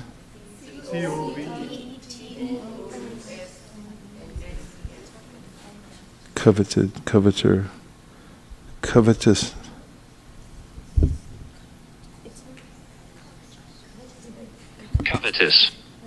Covetous. And covetousness. Covetous. Is it pronounced differently with a ness? Covetousness. Okay. Marked by inordinate desire for wealth or possessions or for another's possessions. He looked at his boss's new car with covetous eyes. Having a craving for possessions, covetous or power. Origin, see covet. And the origin is Middle English, from Anglo-French, from vulgar Latin. Don't say you didn't win something today. Vulgar Latin. Desire. Cupiditous. From cupitus, desirous, like Cupid. From cupere, to desire. It's kind of vulgar. Okay, go ahead.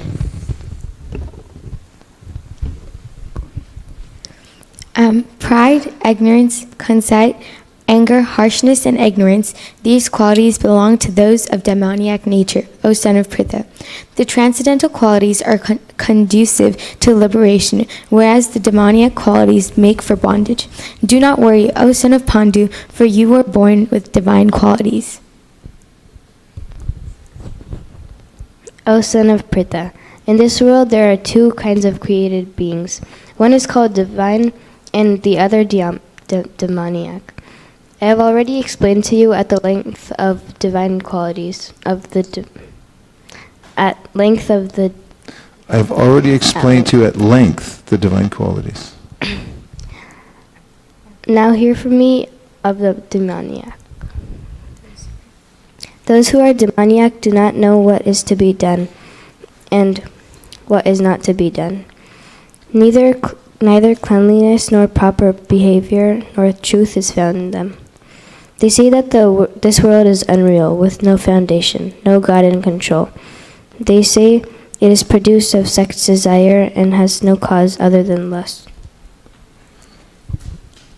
Following such conclusions, the demoniac, who are lost to themselves and who have no intelligence, engage in unbeneficial, horrible works meant to destroy the world. Taking shelter of insatiable lust and absorbed in the conceit of pride and false prestige, the demoniac, thus illusioned, are always sworn to unclean work, attracted by the impermanent. They believe that to gratify the senses is the prime necessity of human civilization. Thus, until the end of life, their anxiety is immeasurable. Bound by a network of hundreds of thousands of desires and absorbed in lust and anger, they secure money by illegal means for sense gratification. The demoniac person thinks, "So much wealth do I have today, and I will gain more according to my schemes. So much is mine now, and it will increase in the future, more and more. He is my enemy, and I have killed him, and my other enemies will also be killed. I am the Lord of everything. I am the enjoyer. I am perfect, powerful, and happy. I am the richest man, surrounded by aristocratic relatives. There is none so powerful and happy as I am. I shall perform sacrifices. I shall give some charity, and thus I shall rejoice. In this way, such persons are deluded by ignorance. Thus perplexed by various anxieties and bound by a network of illusions, they become too strongly attached to sense enjoyment and fall down into hell. Self-complacent and always impudent, deluded by wealth and false prestige, they sometimes proudly perform sacrifices in name only, without following any rules or regulations. Bewildered by false ego, strength, pride, lust, and anger, the demons become envious of the supreme personality of Godhead, who is situated in their own bodies and in the bodies of others, and blaspheme against the real religion. Those who are envious and mischievous, who are the lowest among men, I perpetually cast into the ocean of material existence, into various demoniac species of life. Attaining repeated birth amongst the species of demoniac life, O son of Kunti, such persons can never approach me. Gradually they sink down to the most abominable type of existence. There are 3 gates leading to this hell: lust, anger, and greed.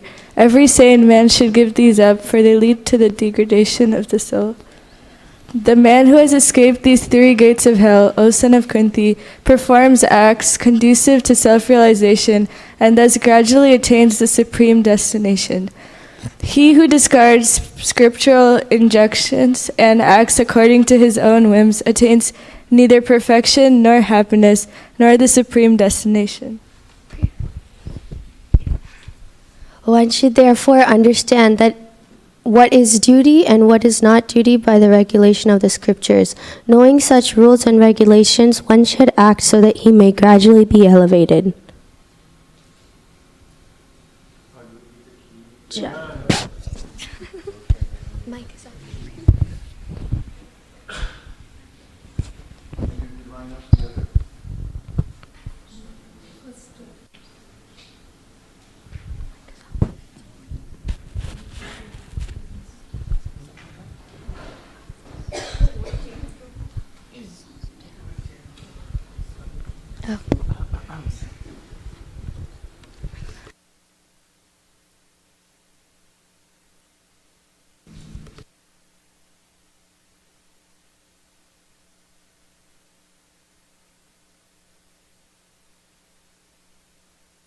tell her to put up the thing about, I'm going to do this after, so tell her to put up the thing about goals.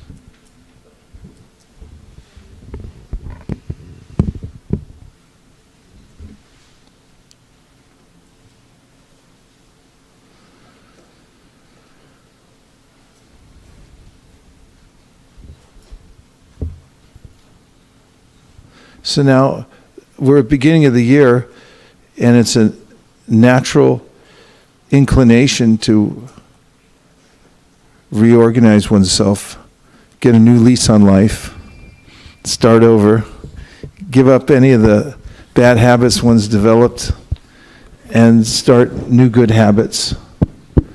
And the exciting prospect is that that's possible because we have free will. And just by directing our free will in the proper way, we can actually elevate ourselves in due course of time. So one of the ways to do this is to set goals, and free from any distraction, sitting by oneself or with somebody else who's your significant other to discuss these things and develop goals is a very helpful way of refocusing your energy, and it doesn't take a lot of time in its simplest of forms. And here are a few tips that will help you in setting your goals, and afterwards, if you like, you can have this, we'll send out this PDF, and you can look it over and follow it to set your own goals personally or for your family. And the first one is to decide what you want and write it down. Because we find that most people don't know what they want. And how do we find this? I asked people. In fact, at many of the corporate programs that we've been doing lately, I do an exercise where through guided meditation, people end up under a desire tree. And they're already informed that the tree can fulfill any of their desires.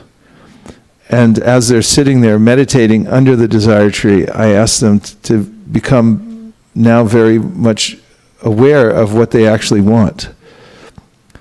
And oftentimes when I say that, people's eyes are closed, and I see through the room, people sort of jump like, uh-oh, what do I do now? I don't know what I want. And the feedback we get afterwards is that, oh, I wasn't sure. I wasn't really sure what I want. And so this is one of the ways that we can be more determined in our lives and our practice, is to be aware of what we want and prioritize it. Because when we're very clear about what our ultimate purpose is and what we really want in our life, then we can start working towards it. But if you don't know where you're going, any road will take you there. And there's so much distraction available nowadays that that's often the route that one takes. Krishna says in the Bhagavad Gita, Vyavasayatmika bhudireke hakurunandana bahushaka hiyanantascha buddhayo vyavasayinam, that if you're not clear about what you want, if you're not very determined about it, which means being clear, then you're going to go for many branched desires that lead you in all different directions, and you'll feel frustrated. So this is an exciting time to be alive as a human being. You can sit down with a blank piece of paper or a screen, best if you write it by hand, according to recent studies, although some of them came from the big pen company, so I don't know how unmotivated they are. Write down what your goals are. Have enough paper. These days I use larger kinds of notebooks, so I'm not inhibited. Like, I love these things, mixed media paper. This is a bigger notebook. So that way, when I start writing stuff down, I don't feel limited by the size of the page. Legal pads are nice also. Plus you can, use watercolors or pens or all kinds of stuff on here, and be a little creative. But decide what you want and write it down is the first thing. And if you do that, you'll start noticing the energy coming to bear right away. And the second thing that you can do once you write it down, is to make your goals SMART. That is specific, measurable, attainable, realistic, and timely. And specific means that instead of just saying, for instance, if you say, I want to lose weight, you would say, I lose 12 pounds of fat, or something like that. Or if you were going to talk about, I want to increase, reading, you would be very specific and say, I read half an hour a day. I read at least 20 pages a day, something like that. Good to put in at least also, because as we know from setting goals at ISV for book distribution and other programs, it gives you a clause where you can increase if you want. Nobody can stop you. And measurable, whatever you measure gets done. So you have to find a way to make sure that you can calculate how you're doing. This is something we'll be talking about during this month at ISV also. We have many different departments. We do measure book distribution, and how do we measure other things? Like if someone says, how did the Sunday feast go? What levels of measurement do we have for it that say, okay, we hit all our marks? We should have an index for every one of our programs to say how we did. As if you can measure it, then you can increase it, and you can do better. Sankhya Purvaka. This is not foreign to the spiritual realm. Sankhya Purvaka means to count and measure how you're doing in your practices. Then attainable, make sure that it's something that it's conceivable that you could possibly do it. For instance, if I announce that I want to become a world famous cricket player, it's not going to happen because I can't move around as fast as I used to, and I don't know how to play cricket, and I'm not going to learn now. So make sure it's attainable. Realistic is very similar, and timely means that you have to tell when you're going to attain it. So these are pretty simple things, but if you take time to, and it may seem like drudgery at first to your mind, like, why do I have to nail this down? Well, wait till after you nail it down, then you'll see how important it was to do that. The next one is to write your goals in the present tense and make them positive. For instance, I read the entire Srimad Bhagavatam in the next 5 years. That's in the present tense and positive. So if you're going to do something, then write the positive and in the present tense. And the next one is to break larger goals into smaller tasks. For example, ask how many pages a day you have to read to finish Srimad Bhagavatam 1 year, 2 years. You always win by increments. Find out the kind of increment that you can do on a regular basis, and then do that, because it's in the present time when you're doing the small things that you'll find victory over time. And the next is to create accountability by sharing some of your goals with others that you trust. If you're working together with somebody and they know what you're shooting for and they can assist you, at least by keeping you accountable, it makes it even more possible. Make a list of your goals visible. This really helps. I do this a lot. I put the goals up where I can look at them regularly and just review them. In fact, some people say that if you rewrite them on a regular basis, it makes you super conscious of them, because if not anything else, you'll notice the powerful force of time that drags you away from everything that you're focused on. And even after a week, 2 weeks, you'll notice, oh, I'm not doing anything of what I said I was going to do. Let me come back to it. And when you're flying from San Francisco to New York, the airplane is off track most of the time, but because they know where the center is, they keep pulling back to it. So you have to know what your center is and keep pulling back to it. You don't have to be on track all the time, but if you come back and look at your goals regularly, or even rewrite them, it will help you pull back to that center. The next is to regularly reassess. It's very helpful to take time to look and see how you're doing, and to assess how things went for the week, for the month, and for the year, for the last 3 years, and so forth. And when you do that, then you can take valuable lessons away. Like one question that Nirkul and I were doing when we were just on our retreat, we were asking what lessons did we learn from 2000 and, what was it, 18? It's the clock. And just thinking about it, what am I taking away from it? And also, I took a little time to go back through all I had carried these little notebooks in my pocket, and I'm constantly writing things down, and taking time to actually go back and look at them and see what's in them. It was a revelation to me. It's like, wow, you wrote that? Thank you, good boy, you know. Thanks for remembering that, and being able to gather it all together at the end of the year and say, you know, what did I get? It's very powerful. And it's also encouraging, too, because you're doing a lot more than you know that you're doing. You know, you might forget how well you're doing. So that's important to take some time, even at the end of every week, to assess what you've done, what lessons did you learn, what have you got, and organize some of the things that you've collected. Also, you can adjust your goals at regular intervals. So when you look at them, you assess them, and you say, okay, this one's too much or it's not enough, then feel free to readjust it and rewrite it so that it feels right to you. Number 9 is to categorize your goals. Look at different categories in your life, like spiritual. Like what would you say for the spiritual? What kind of goals could you think of? Yeah, and then you could say within there subcategories like chanting. And then what about enchanting? What could you do?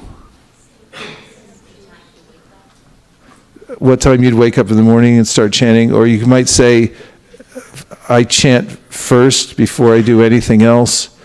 You can decide these things, and you can drill it down even to more specific things, as specific as you like, when you do these categories. Family.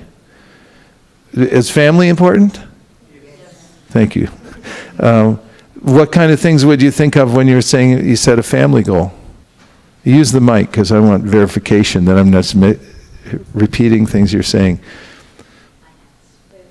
Okay, finances, and Hansapriya, please.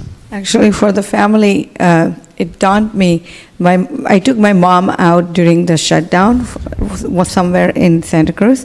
And then mom said that after a year and a half, we are going together.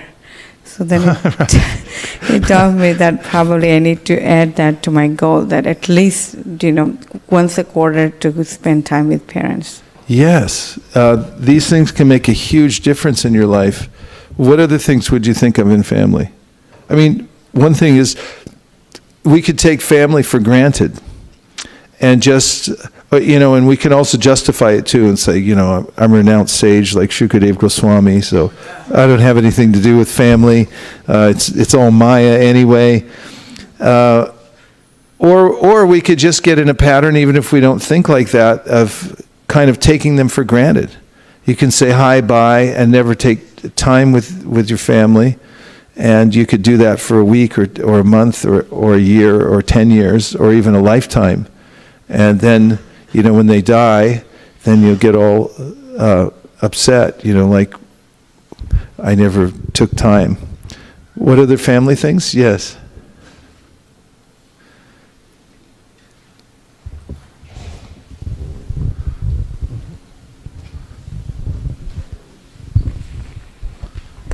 So I was thinking that at least I want to make sure that I speak once with my mom in 2 days to make sure how she's doing in India. And with kids, have some family time, like game time, and spend some time so we are all together in it and having a good time, at least, especially during vacation time. That's what we are planning, to do something at least. Yeah. And if you don't set the time, if you don't schedule it, then you could miss it. So, you know, budget it in. Sukeshwari.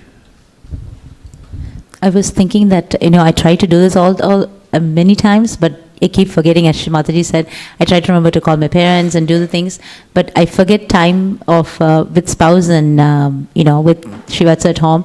So this time we decided that I just got this $10 makeshift island table tennis.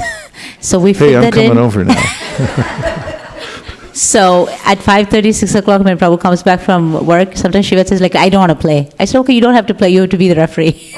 Then we play, and then he takes turn playing with his dad. So I feel that at least 10 minutes a day, that we do something that as a family, we try to, not that we do it every day, but, at least a couple of times a week, the same island, we'll take everything off, clean up, and make it a table tennis. Something that we add to our usual. Yeah, these things are important for staying balanced and whole. Then you have your professional life, and there's so many different adjustments you can think about there. Health and fitness, very important, because these things add up over time. There's an admonition that you might have heard of, an apple a day.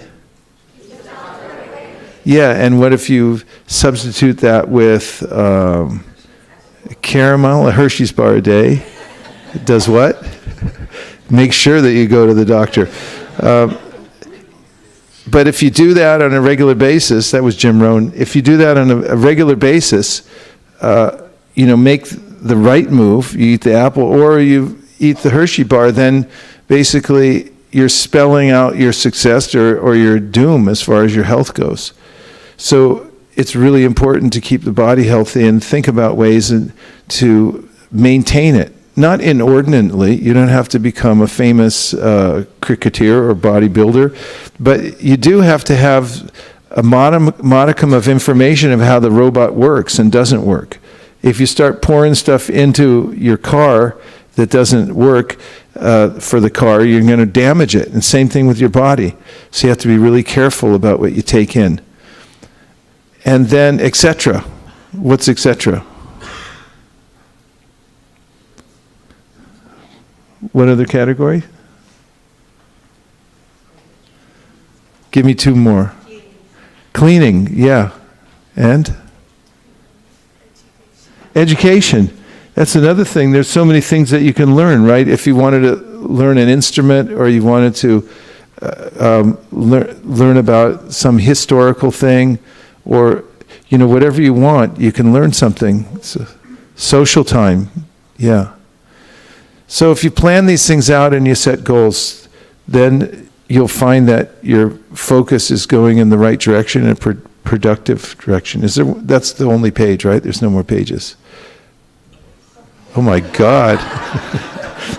Some fanatical person wrote this. Number 10, use various time frames.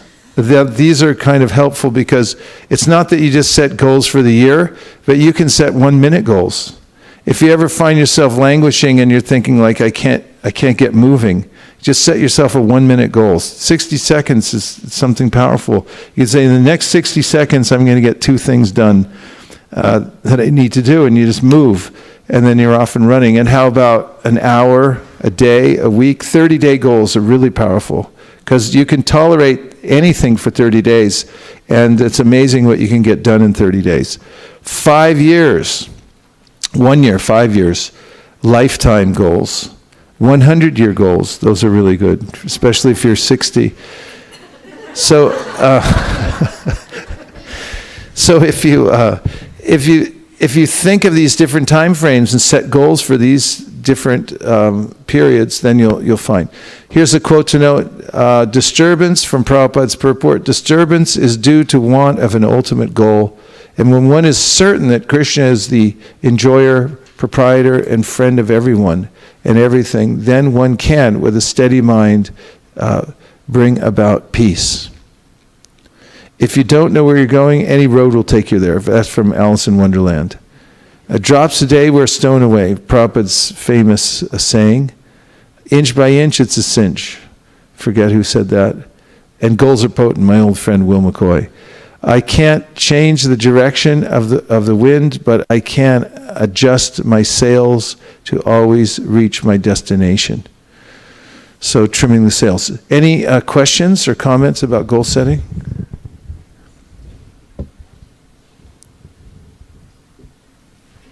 Yes.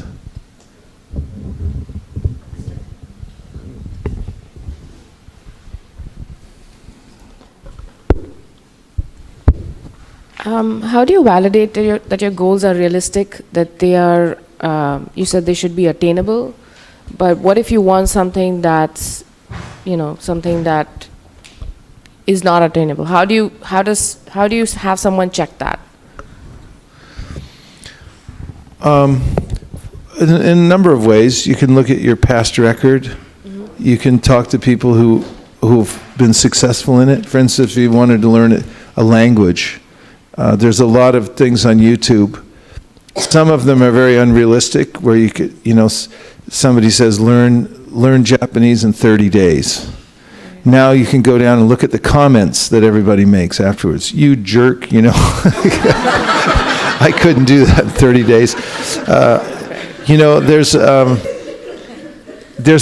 You can look at it carefully and say, it would probably take a few years to do this, how to break it down. Right. And so look at it in smaller increments, what experts say about it, and things like that. Okay. Yeah, thank you. And other things are obvious, like the cricketer thing. It's not happening for me. Anything else? Yes. I was going to reflect on the time frames you were saying, like the 1 minute. Mel Robbins wrote a book about the 5-second rule, and I had read it a year ago, and she was talking about how our mind is so overpowering that when she, was in debt and she was in a very bad place in her family, she found herself waking up very late on a daily basis, and she wanted to wake up earlier. And instead of making it such a big ordeal, she set like a 5-second time frame that she would like count down and say, then I'm just going to wake up after 5, 4, 3, 2, 1. And she was saying that for our minds, sometimes even that frame is too long because it just immediately changes. So for some people, it may be 1 second. And so I was just reflecting. Yeah, so she said don't count up because it's unlimited how far you can count up. But we already know this from the countdown, right? It should be illegal because it's the same principle that she was using, that we count down from 10, Krishna 10, Krishna 9, because they're like, hey, wait a minute. Hey, why'd you raise your hand? I had to. So if you're trying to motivate yourself, count down from 5 and then go, right? And the funny thing was, she was saying, because as we grow, our distraction period is becoming like our concentration ability is so much less. For some people, it may be 3 seconds or 2 seconds or 1 second. And so when you were saying these time frames, I was thinking a 1 minute goal may be quite powerful to just start your engine. Yeah. 1 minute goals can be really powerful. And especially we notice this in chanting japa, because that's one of the times where we're really focusing our minds, practicing focusing. And so oftentimes, teachers of japa will say, try for 3 mantras in a row. And if you can do that, then you're successful. And then try for another 3 and another 3, but stay in that 3 at a time so you don't feel overwhelmed. Any other things? Yes?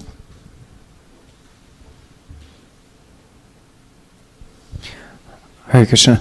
I was wondering if you might say something about proper attitude when you fail to make your goals. Because I find sometimes if I just shrug it off too easily, then I don't take my goals seriously enough. But then somehow if I beat myself up too much, then I create some sort of aversion complex. So I wonder if you might say something like that. Well, it helps if you consider whatever progress that you have made towards the goal. And as I mentioned in one of the points, resetting it. Oftentimes, I find when I'm endeavoring towards a certain goal, if I don't make it, the timing might not have been right. And I'll reset it in a way that it makes it a lot easier to at least get some momentum with it. And it's generally not a good idea to beat yourself up too much, but to find out a happy medium where you can keep moving towards it. Just like in our practice of devotional service, oftentimes we may not live up to our own goals or expectations. But if we just restart and keep going, I find often the best goal of all is to keep the vibration going. Because sometimes the modes become so intense that it's prohibitive to do anything practically. So to encourage yourself just keep something going. I always take it as a great encouragement how Chaitanya Mahaprabhu takes the 64 items of devotional service and then puts them into 5. And then he puts the 5 into 1. It says, if at least you do these 5, then you're going to be successful. And then if you do at least 1, keep the chanting going, then you'll be successful. And remembering that different times of our life or day or week may be more oppressive than others, and not becoming overly discouraged as long as we're able to keep the vibration going. So momentum's always really important with goals. If you can do, one of the ways that we can defeat ourselves is to say that if I can't do everything, then I won't do anything. Better to do something. And you never know, if you just stay in the game somehow or other and keep trying towards it, that the time factor and the other factors Krishna mentions in the Bhagavad Gita might come to bear, and then you'll be successful and you'll feel that you move forward. We're our own worst critics normally. Oftentimes the mind tries to discourage us and say, oh, you can't do it, or it's no good what you're doing. So remembering that something is better than nothing, and that the momentum principle can be very effective, keeping it going. Yes?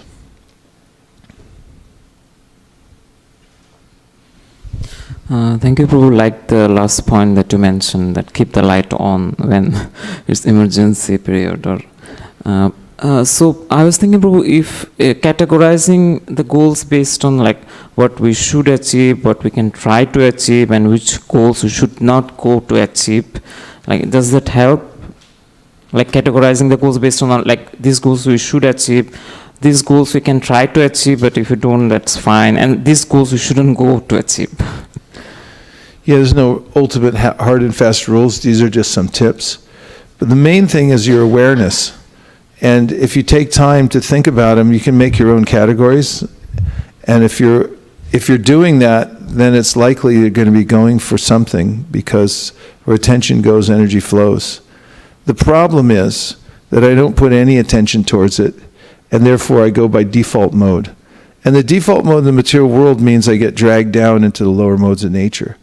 So it's better to be a little proactive and structure your life. Otherwise, why did Rupa Goswami write the Nectar of Instruction? He wrote it so that we could have some idea of structure. In fact, he says, organize your life in such a way that you can stay focused on these particular things. He gives 6 things to avoid and 6 things that you should do. And so those are categories, and those are very specific things that you can shoot for. And actually, I was watching the video by Shivram Swami that he shared this year how to keep your resolutions. So he was mentioning that keeping your inner strength, keeping you inwardly strong is very important to get the goals that you set for the year. He was mentioning that sadhana and spiritual practice are very important to achieve the goals that you set for the new year. It's absolutely necessary. And all our power and direction, everything, our life breath, it comes from Krishna. So we have to chant Hare Krishna. And if we do that as the primary, if we cover our bases spiritually, then we'll be enabled to do many other kinds of services. And I find this to be the most helpful, is to make sure you have your building blocks in place for your life, especially the basic practices that you do without fail every day. And that's why we try to put in place some structure, like there's Chad, and your mind can take shelter in the fact so many other people are doing it. There's a structure to it. Of course, you can do whatever chapter you want, but if you take the suggested chapter, then you save yourself the trouble of getting distracted and think, I couldn't think of a chapter this month.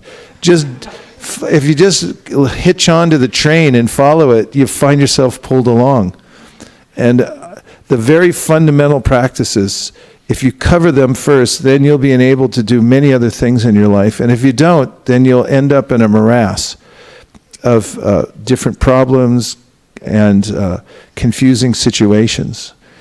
A spiritual life, especially chanting Hare Krishna, reading Srimad Bhagavatam and Bhagavad Gita, breeds clarity. And you can't really be happy or have success in life without clarity. So those should be the primary building blocks of your life, is how you do your most basic and important practices of spiritual life every day. And don't let the other things invade that. For instance, you get so busy with work, you get so busy with family, everything else, that you can't do your spiritual practice. If that happens, then the other things don't have any meaning, according to the Bhagavatam. Kamasya nindriya pritir labo jivete yavata jivasya tattva jignasya narto yash jeha karma bhi. The Bhagavatam says, basically, what use is it if you live your life in such a way that you don't do your spiritual practice? You didn't really get anything ultimately. So make sure that you do your spiritual practice first and insert it into your life so that it becomes the primary and it doesn't get diminished by all the other demands that will naturally come. And the idea is you should build on it too. The more you can keep building it so that it becomes more and more primary, and that's the main focus of your life, then the happier you'll be and the more successful you'll be. And the paradox is that ultimately, as we read earlier, when you're giving your focus to Krishna and your attention is going in that direction, then Krishna helps you in ways that you couldn't imagine. Yogakshema mahamyaham. In fact, to those who are fully devoted to giving their attention to Krishna, he personally takes care of their lives in all the other ways. So homework is that at least by the end of this weekend, take some little time or long time, whatever you can afford, to write down some goals. And then we'll bring them in because we'll share them the next time that we're together, okay? Hopefully you can have them by later this afternoon.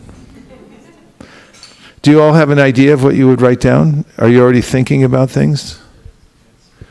Anything interesting? What time is it now? 9:58. Okay, so we're going to have a Guru Puja now.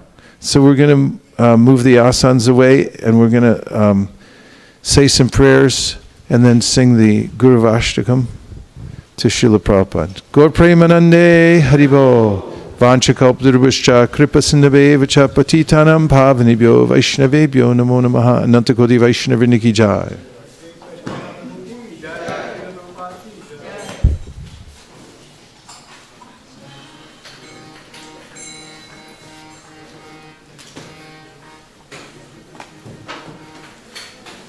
I was just thinking before chapter, maybe if you could video on Chant Plus, then I can share the plan along with your video.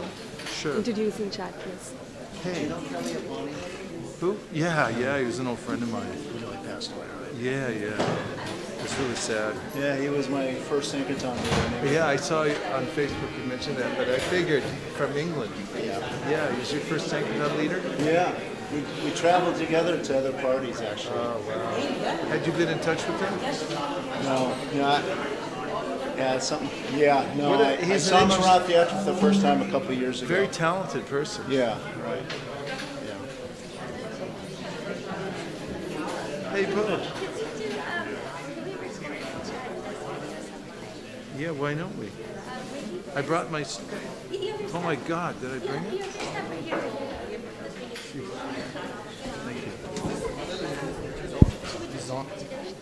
Yeah, of course. Who cares? It'll make it more dramatic. We can do it anywhere. On a bridge, outside. Hare Krishna. I wanted to ask a few questions about the scriptures that we read. Yes. I don't know if this is a good time to ask. What kind of questions are that? They said there were three things, right? Like greed, lust, and something else that leads you downhill, right? Does that mean that you should not be materialistic in life? You should not want things like a better car, better position? Should not what? You should not, like when you say greed,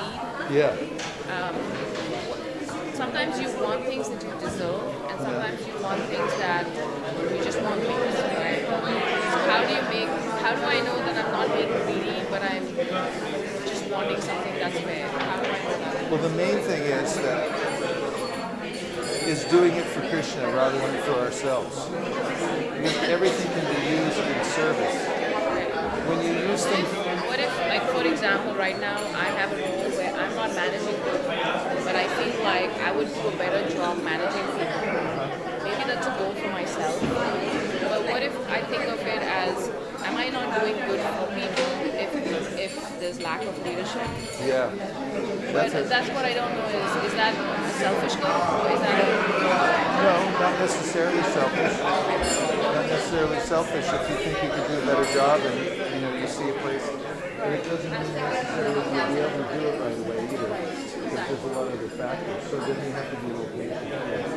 As long as your heart's in the right place, it helps.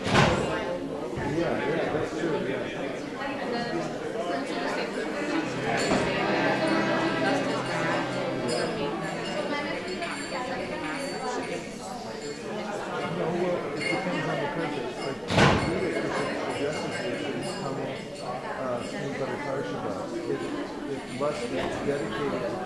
Hare Krishna. Yeah.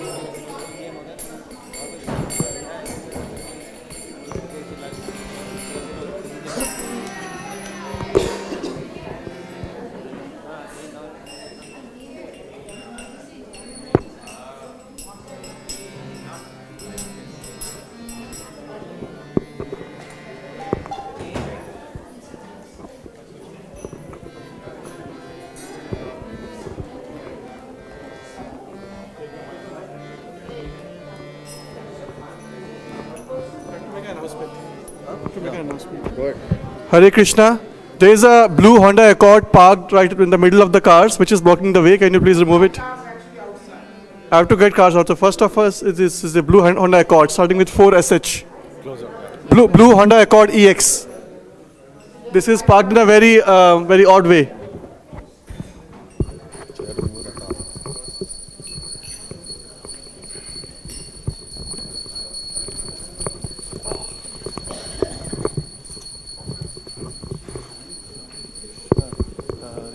Krishna.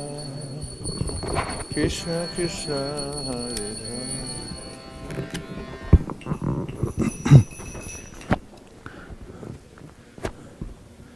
This Artik, Srila Prabhupada, is dedicated to my dear godbrother, Kalyapani Prabhu, who just passed away 2 days ago. And we pray to Srila Prabhupada, Shri Radha Madan Mohan, Shri Chaitanya Mahaprabhu, Shri Lakshmi Nrsingadev, Panchatattva. Please give him shelter at your lotus feet. He was a great devotee who joined in England, who was living in Alachua and just unexpectedly left his body.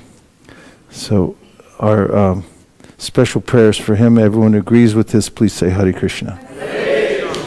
And now if you'll turn your attention to these couple of prayers, we'll say to glorify Srila Prabhupada. Nama Shreshtam Manamapi Shachiputram Atra Swarupam Shri Rupam Tasya Grajam Uruparim Maturim Goshtavatim Radha Kundam Girivaramoho Radhika Madhavasham Prapto Yasya Pratiti Kripaya Shri Gurum Tam Natosmi.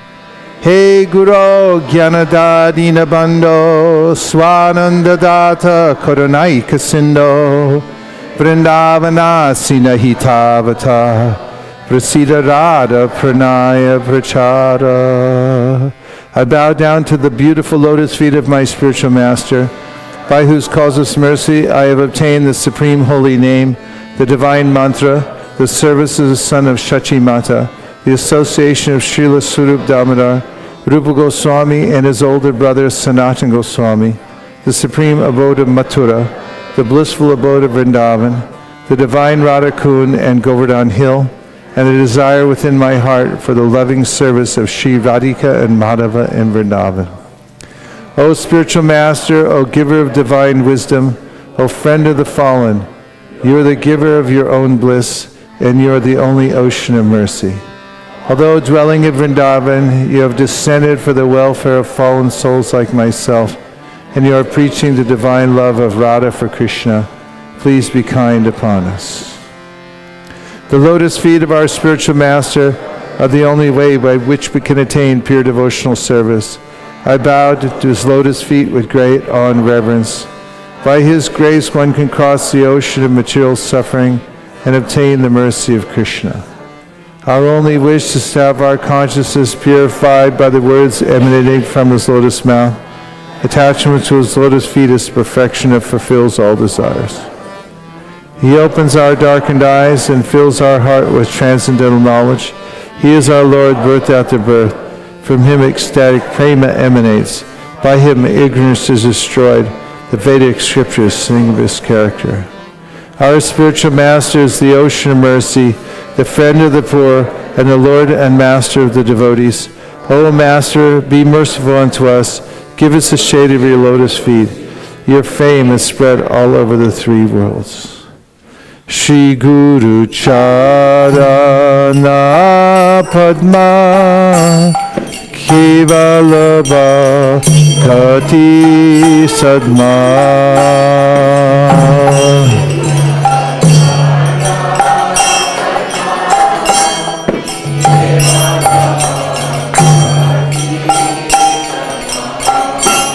Shri Guru Charana Padma Kevalabha Kati Sadma.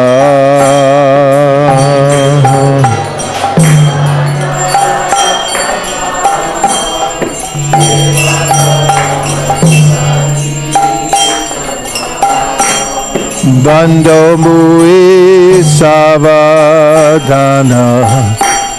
Mate.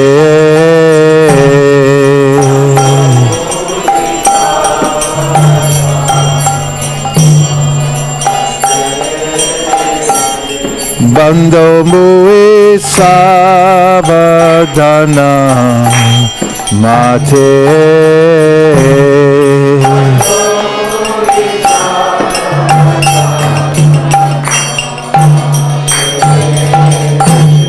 Jahara prasade bhai bhavato diya ja.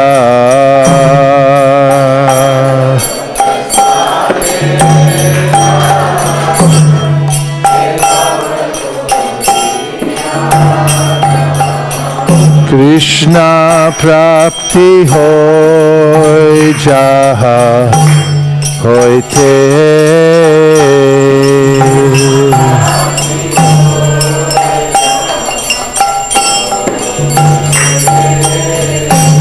Krishna prapti hoy jaha hoite.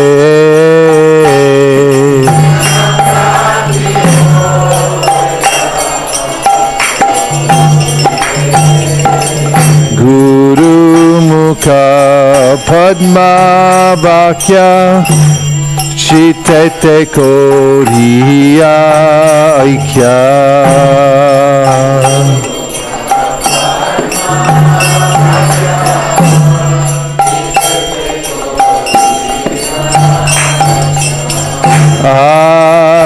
Anakori ho mane asha.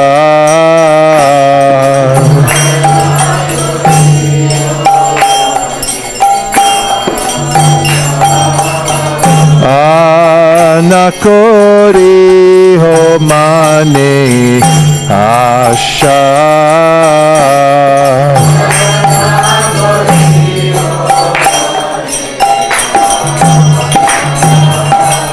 Shri Guru Charane Ratiye Shayu Tamagati.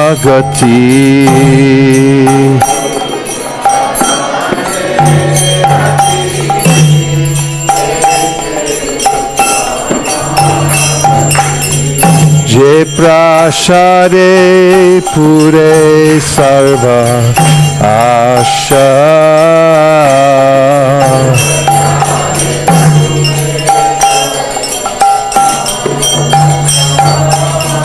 Je prashade pure sarva asha.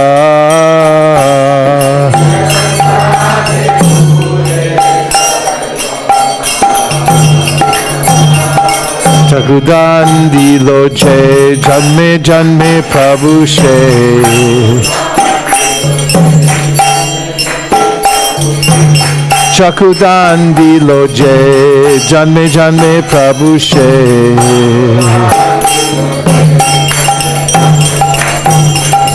Divya gyandre prokashito.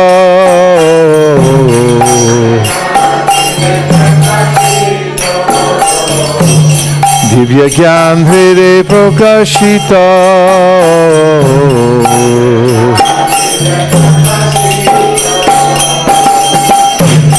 Prema Bhakti Jaha Hoite Abhija Vinasa Jate.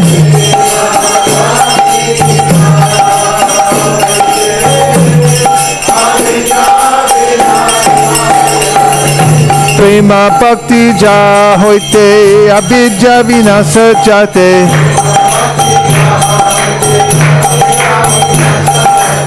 Virigai Jahara Charito.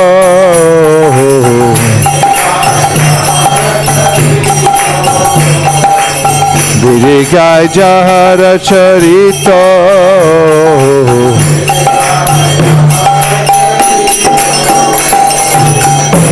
Shri Guru Karuna Sindhu Adama Janara Bandhu.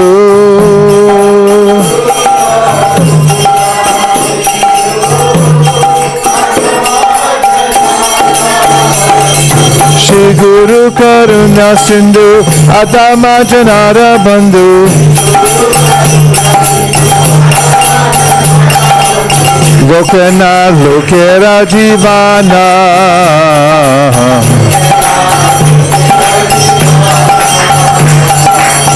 Lokana Lokera Jivana.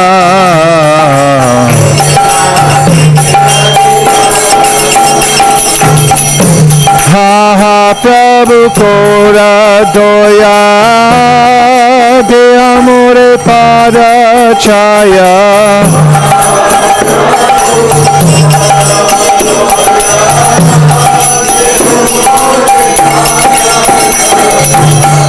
Prabhu Kora Doya De Amore Pada Chaya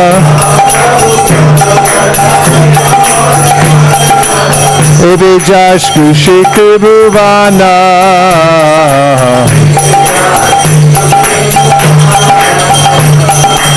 Evijash Kushikri Bhuvana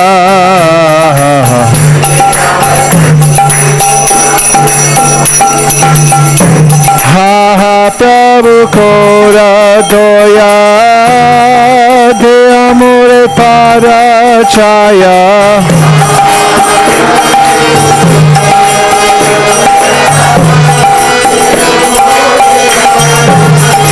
Jaya Prabhupada, Prabhupada, Prabhupada, Jaya Prabhupada.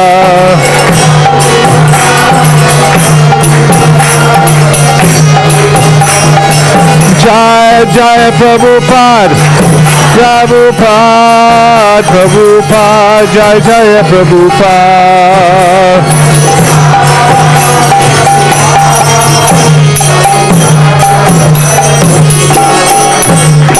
Nama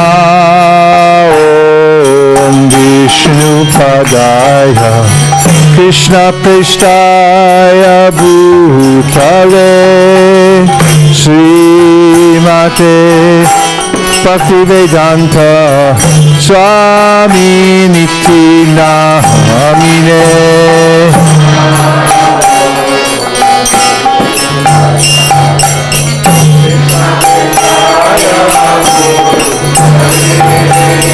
Srimate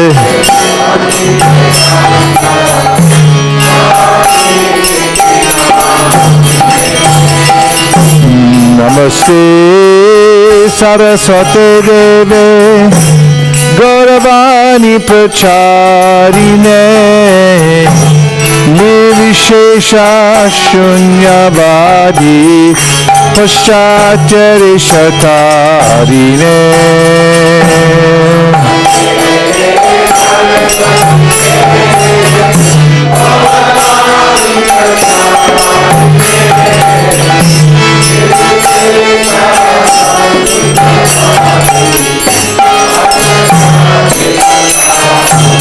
Jaya Shri Krishna Chaitanya Prabhu Nityananda Shri Advaita Gadadhar Shivasari Gaur Bhakta Vrinda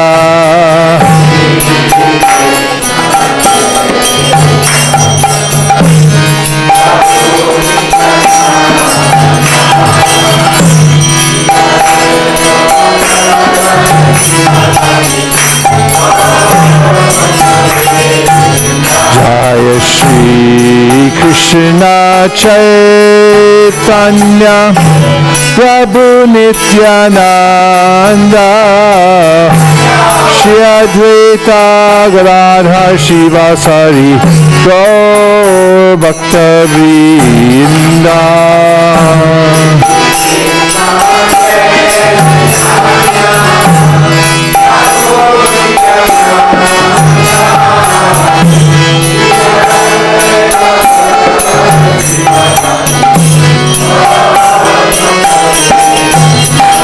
Jai Shri Krishna Chaitanya Prabhu Nityananda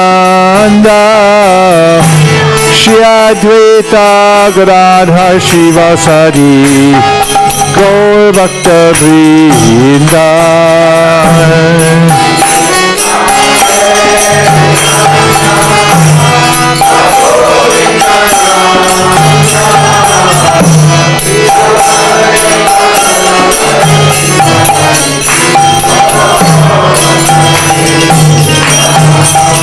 Kali Kukur Karam Jadi Chao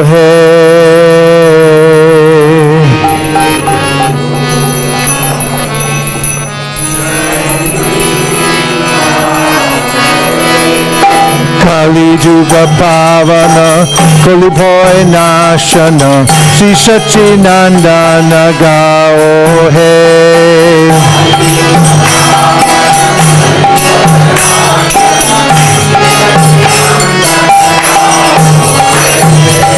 Radha Madhan Nityaya Pranadhan Advaita Prapujita Gaura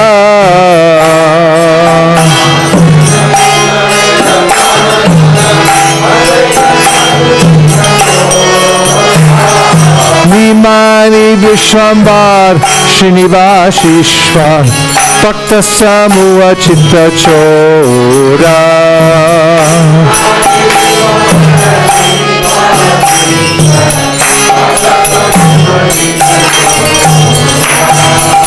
Variya Shashara Mayapurishva Dam Pravatana Shura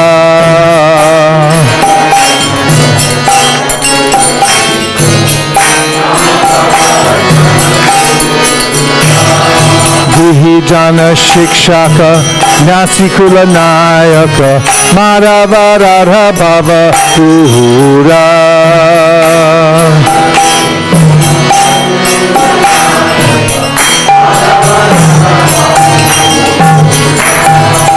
Sarvabhuma Shodhana Gajapati Dharana Ramananda Poshana Veera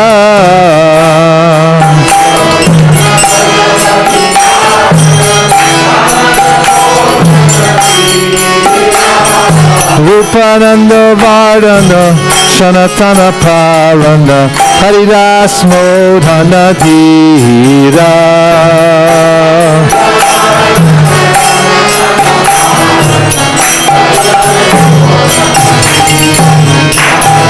Gajaras Bhavana Dushamata Shakam Kapati Vighatana Kama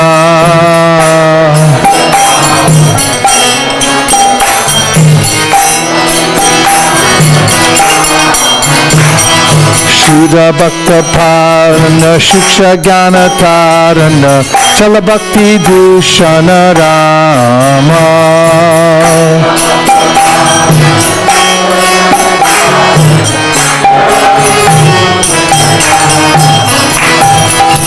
Kali Kukur Kadam Jadi Chao Hai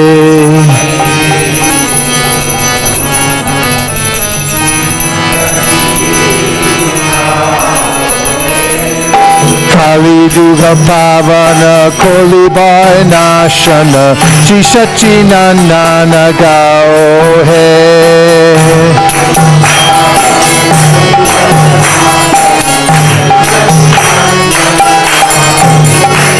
Hariharaya Namah Krishna Yadavaya Namah Yadavaya Madhavaya Keshavaya Namah Gopal Govindaram Shri Madhusudan Giridhari Gopinath Madan Mohan Shri Chaitanya Nityananda Shri Advaita Sita Hari Guru Vaishnava Bhagavata Gita Shri Rup Shri Sanatan Bhakta Raghunath Shri Jiva Gopal Bhakta Das Raghunath H.I. Gosai Kori Charana Vandan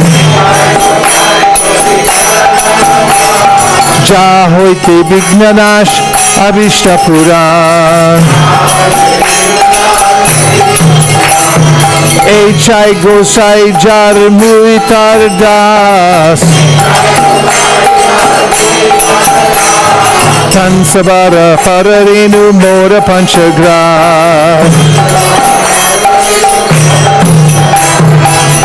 कर चरण से भी भक्त शनिवार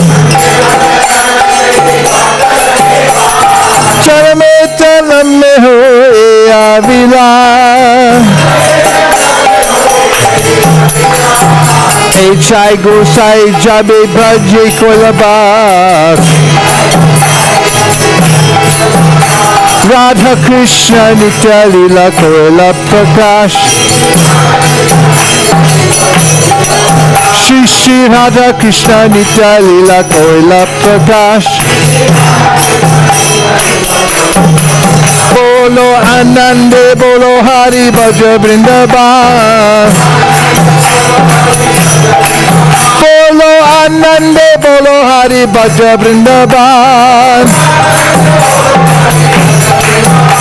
श्री गुरु वैष्णव पदे मोज नियमान श्री गुरु वैष्णव पद पद्म कोरियास नाम संकीर्तन कहे नरोत्तम दास हरे Krishna Krishna Krishna Hare Hare Hare Ram Ram Ram Hare Hare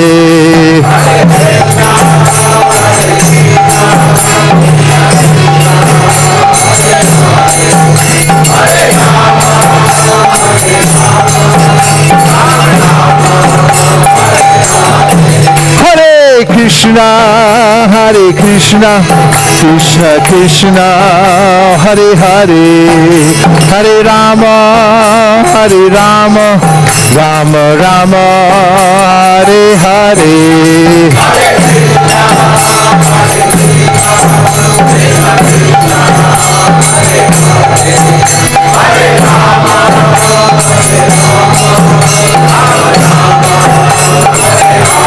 Hare Krishna, Krishna Krishna, Hare Hare, Hare Rama, Rama Rama, Hare Hare, Hare Krishna.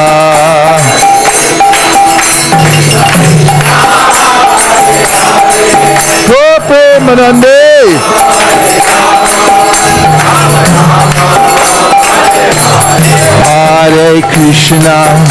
Hare Krishna, Krishna Krishna, Hare Hare, Hare Rama, Rama Rama, Hare Hare, Hare Krishna.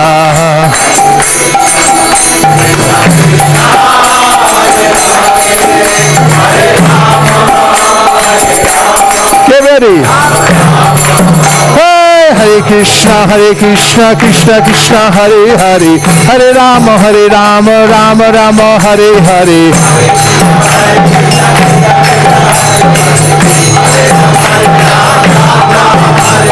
Hare Krishna, Krishna Krishna, Hare Hare, Hare Rama, Rama Rama, Hare Hare.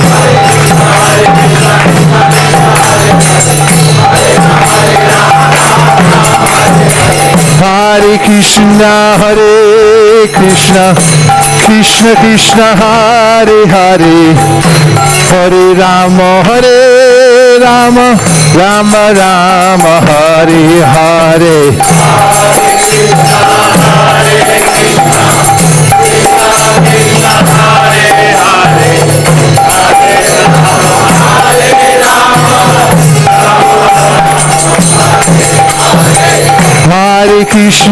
Hare Krishna, Krishna Krishna, Hare Hare, Hare Rama, Rama Rama, Hare Hare.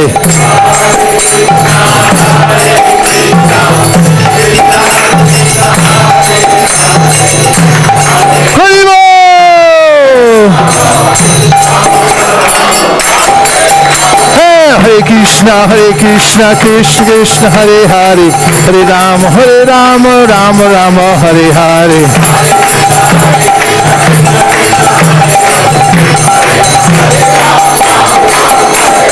Hare Krishna, Krishna Krishna, Hare Hare, Hare Rama, Rama Rama, Hare Hare.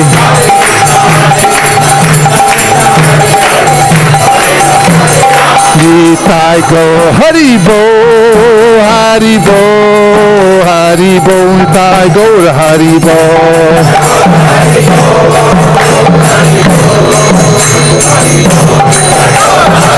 Nitai Gaur Haribo, Haribo, Haribo, Nitai Gaur Haribo.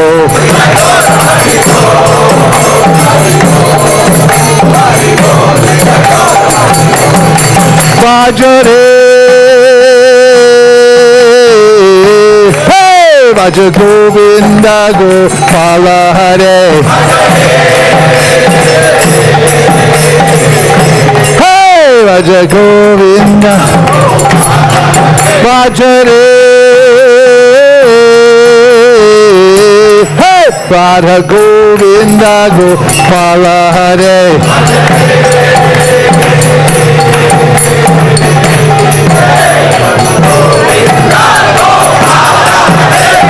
Radhe Govinda, oh Radhe Gopala, Radhe Govinda, Radhe Gopala, Hare, hey, Radha Govinda Gopala Hare.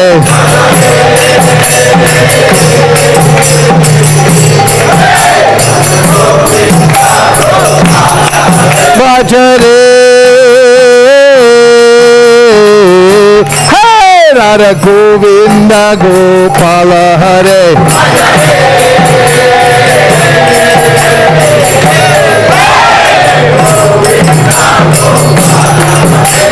Radhe Govinda, Radhe Gopala. Come on. Radha Madan Mohan, Radha Madan Mohan, Radha Gopala, Radha Gopala, Radha Govinda, Radha Govinda, Radha Madan Mohan,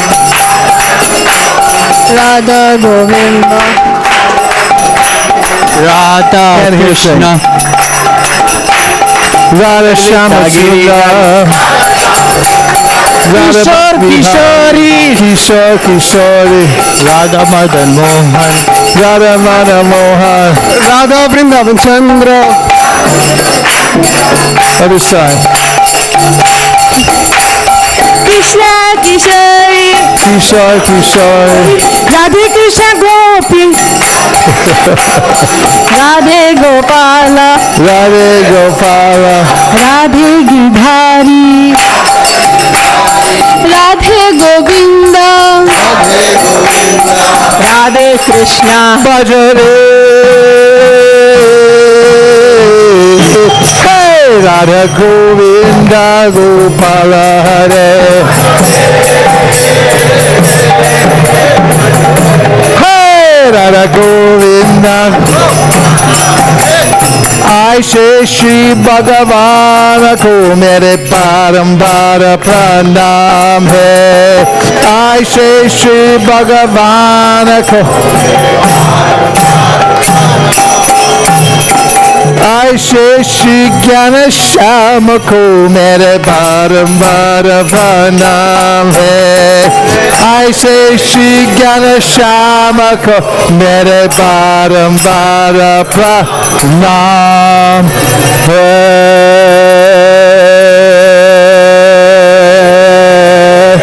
तो प्रेमानंदे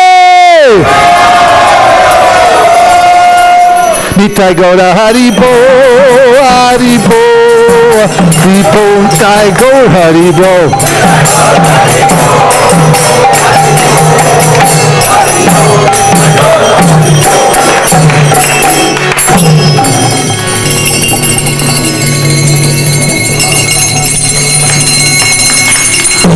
Jai Om Vishnupad Paramahamsa Parivajikacharya Stotra Shishimad Bhai Charanara Binda Bhaktivedanta Sai Maharaj Srila Prabhupada Ki Jai Om Vishnupad Paramahamsa Parivajikacharya Stotra Shishimad Srila Bhakti Siddhanta Saraswati Goswami Maharaj Ki Ananta Koti Vaishnavini Ki Namacharya Shri Haridas Thakur Ki Praise Guru Shri Krishna Chaitanya Prabhu Nityananda Sri Advaita Gadadhara Shivasari Gaura Bhakta Vrinda Ki Shri Shri Radha Krishna Gopinath Shyamakund Radhakund Giri Govardhan Ki Shri Vrindavan Dham Ki Shri Mayapur Navadvip Dham Ki Shri Jagannath Puri Dham Ki Tulsi Devi Bhakti Devi Ki Jamuna Devi Ganga Devi Ki Samveda Bhakta Vrinda Ki. All glories to some devotees. All glories to some devotees. All glories to some devotees. Go Premanande, Hari Hari Bo.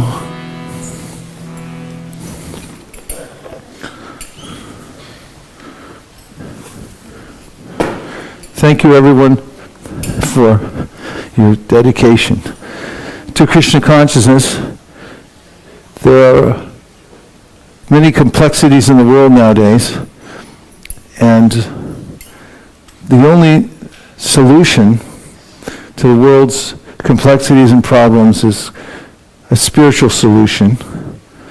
And if one carefully studies the various spiritual practices in the world, one will find the method given by Sri Chaitanya Mahaprabhu to be especially suited for the people of the world, especially if it's presented in its universality, non-sectarian form.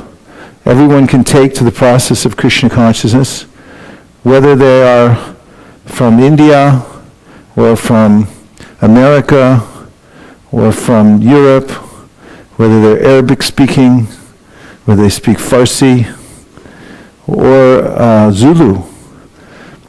It's equally applicable, and we find that when Krishna consciousness is presented in a form that is inviting to people from various cultures, that sincere people readily take it up and their problems in life are diminished and then finally solved.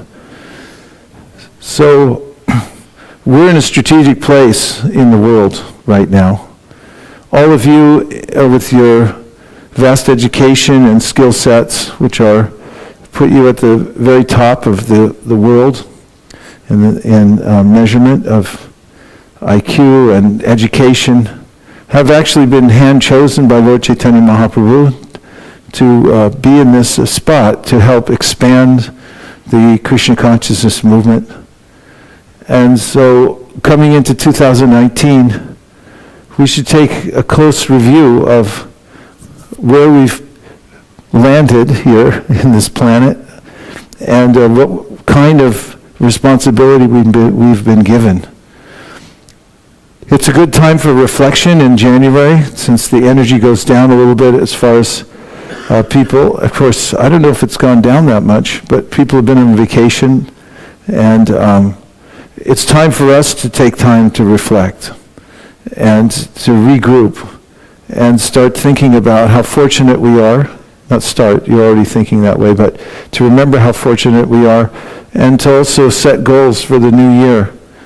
So take a little time to think about what lessons you learned in the last year and what you're going to do in the next year and what we'll do together. We had a fairly good year for book distribution. We also excelled in many other departments, and we'll be going through that in the next week or so and looking to see the kinds of ways that the different departments have excelled, and noticing those things, going through them. It's just easier with book distribution because there's things that we can count, and we are already counting. But we'll look at everything together so that we can take stock in what we're doing and also measure what we can do in the future. And Malini, could you tell us, we're still inching towards our goal?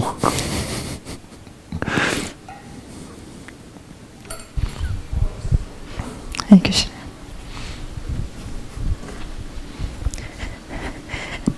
Yes, Prabhuji, we are still inching towards our goal. And tomorrow is our MSF offering. You all have worked so hard for the last 3 months. I was just reflecting that in many temples they have December marathon. They work very vigorously for the last 1 month of the year. And I was just reflecting that at ISV last year, we went out every single weekend. And we didn't even miss during the Christmas or the holidays. So I think the energy remains the same throughout the year, which is a great achievement for ISV. And I think congratulations to all of you for that.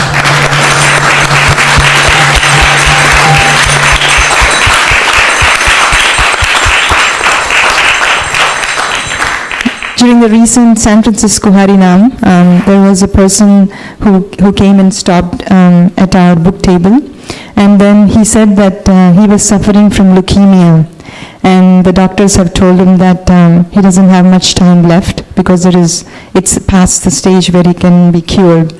And then when he said that, immediately I gave him all the books that I had, Perfection of Yoga, Beyond Birth and Death, Bhagavad Gita and everything. And then he took all the books and he said, I felt that somebody actually cares for me. And then I saw that there was a tear in his eye. And then whatever donation he had, he just gave it. And then I was thinking, this is what we have been doing all year long. Trying to give mercy, compassion to everybody. And today is our last Saturday before we make the MSF offering. So we have just one day to make the last final push, as Vaisesika Prabhu was mentioning in the class. We have to run beyond the finish line.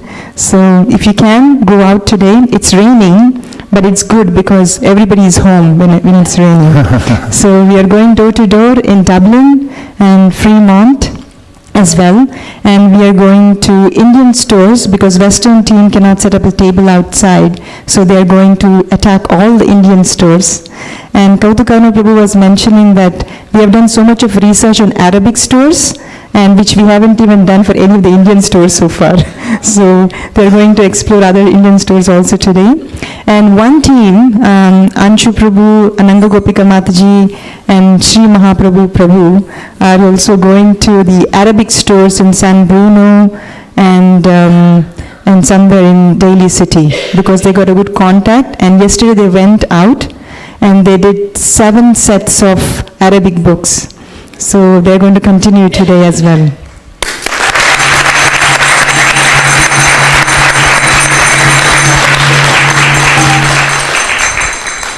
So please join us today. And one last request, please report all your scores. Because today is the last day to report because it's a year-long report. We have to calculate a lot of things. So if you report something tomorrow, we may not be able to count it. So if you want it to be counted, please report by tonight, latest by 10 p.m.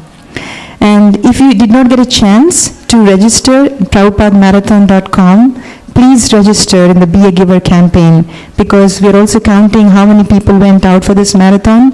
So please go to PrabhupadaMarathon.com and just you have to write your name and the place where you are from. So please do that today as well. Thank you very much. Hare Krishna.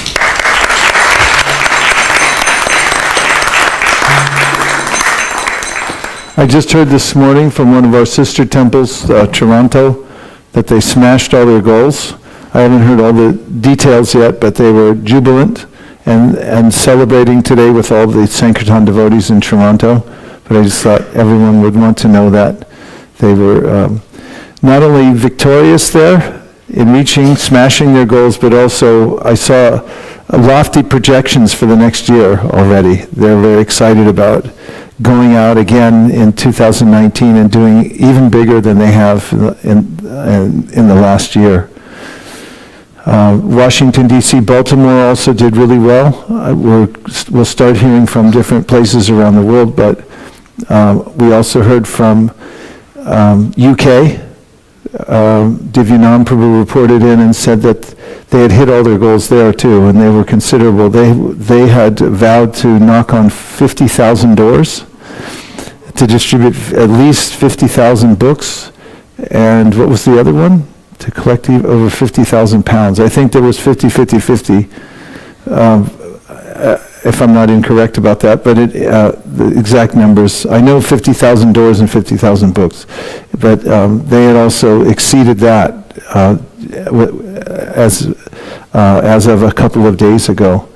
So good news rolling in from around the world, from devotees who participated in the marathon, and we'll hear more in the next few days. Other announcements? Yes.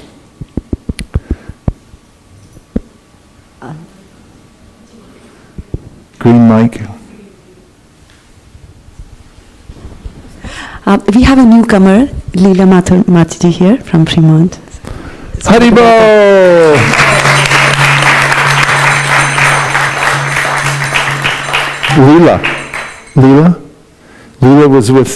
Leela was at the 1975 Rath Yatra in San Francisco when Prabhupada was there. Hare Krishna.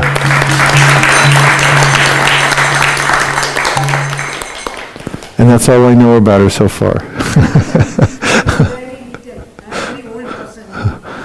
I'm also a very old person. I turned 18 December. I turned last week 72-year-old, but I feel 27. I'm sorry. And then I saw Guruji Prabhupada in 1975 right in front of me in Rath. And exactly when you look at him, glory, everything, and if you see him like that, same. So I was just chanting, you were chanting, and I was chanting. I was looking at, oh my God, he's looking at me. Same in 1975. So beautiful. He was very little, you were 17-year-old. I'm older. Yeah, he was 17. So, in fact, in this hall, in room, I'm the oldest person. I'm 29. Some people told me in Fremont Temple, no, Leela, you look like 25. I said, don't lie. I'm 29. Why should I lie? Hare Krishna. Thank you so much.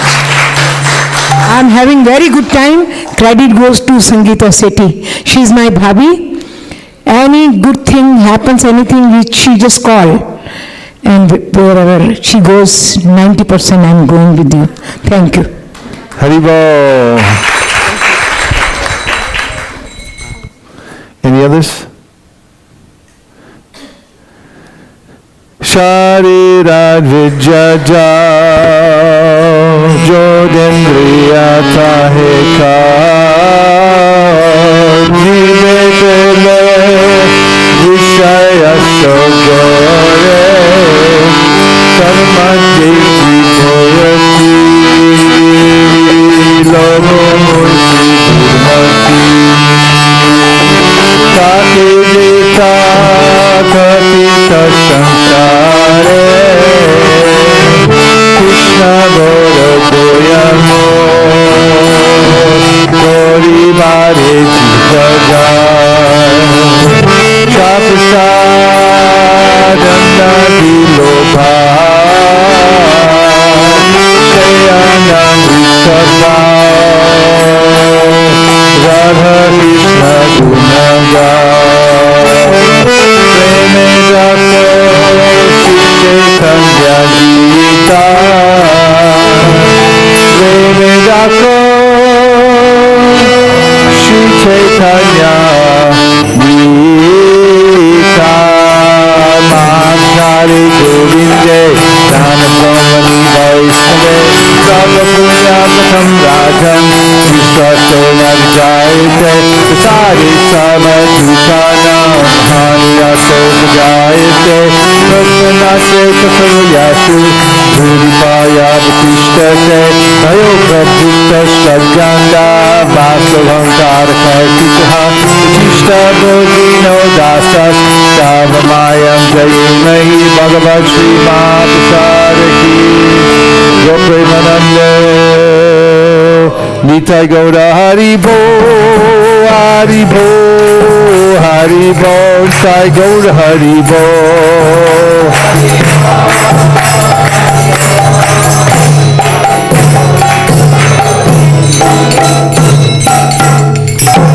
come take prasadam. Haribo.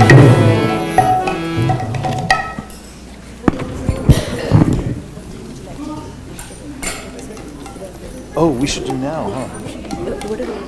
Because are you talking about the film, or are you talking about the giving?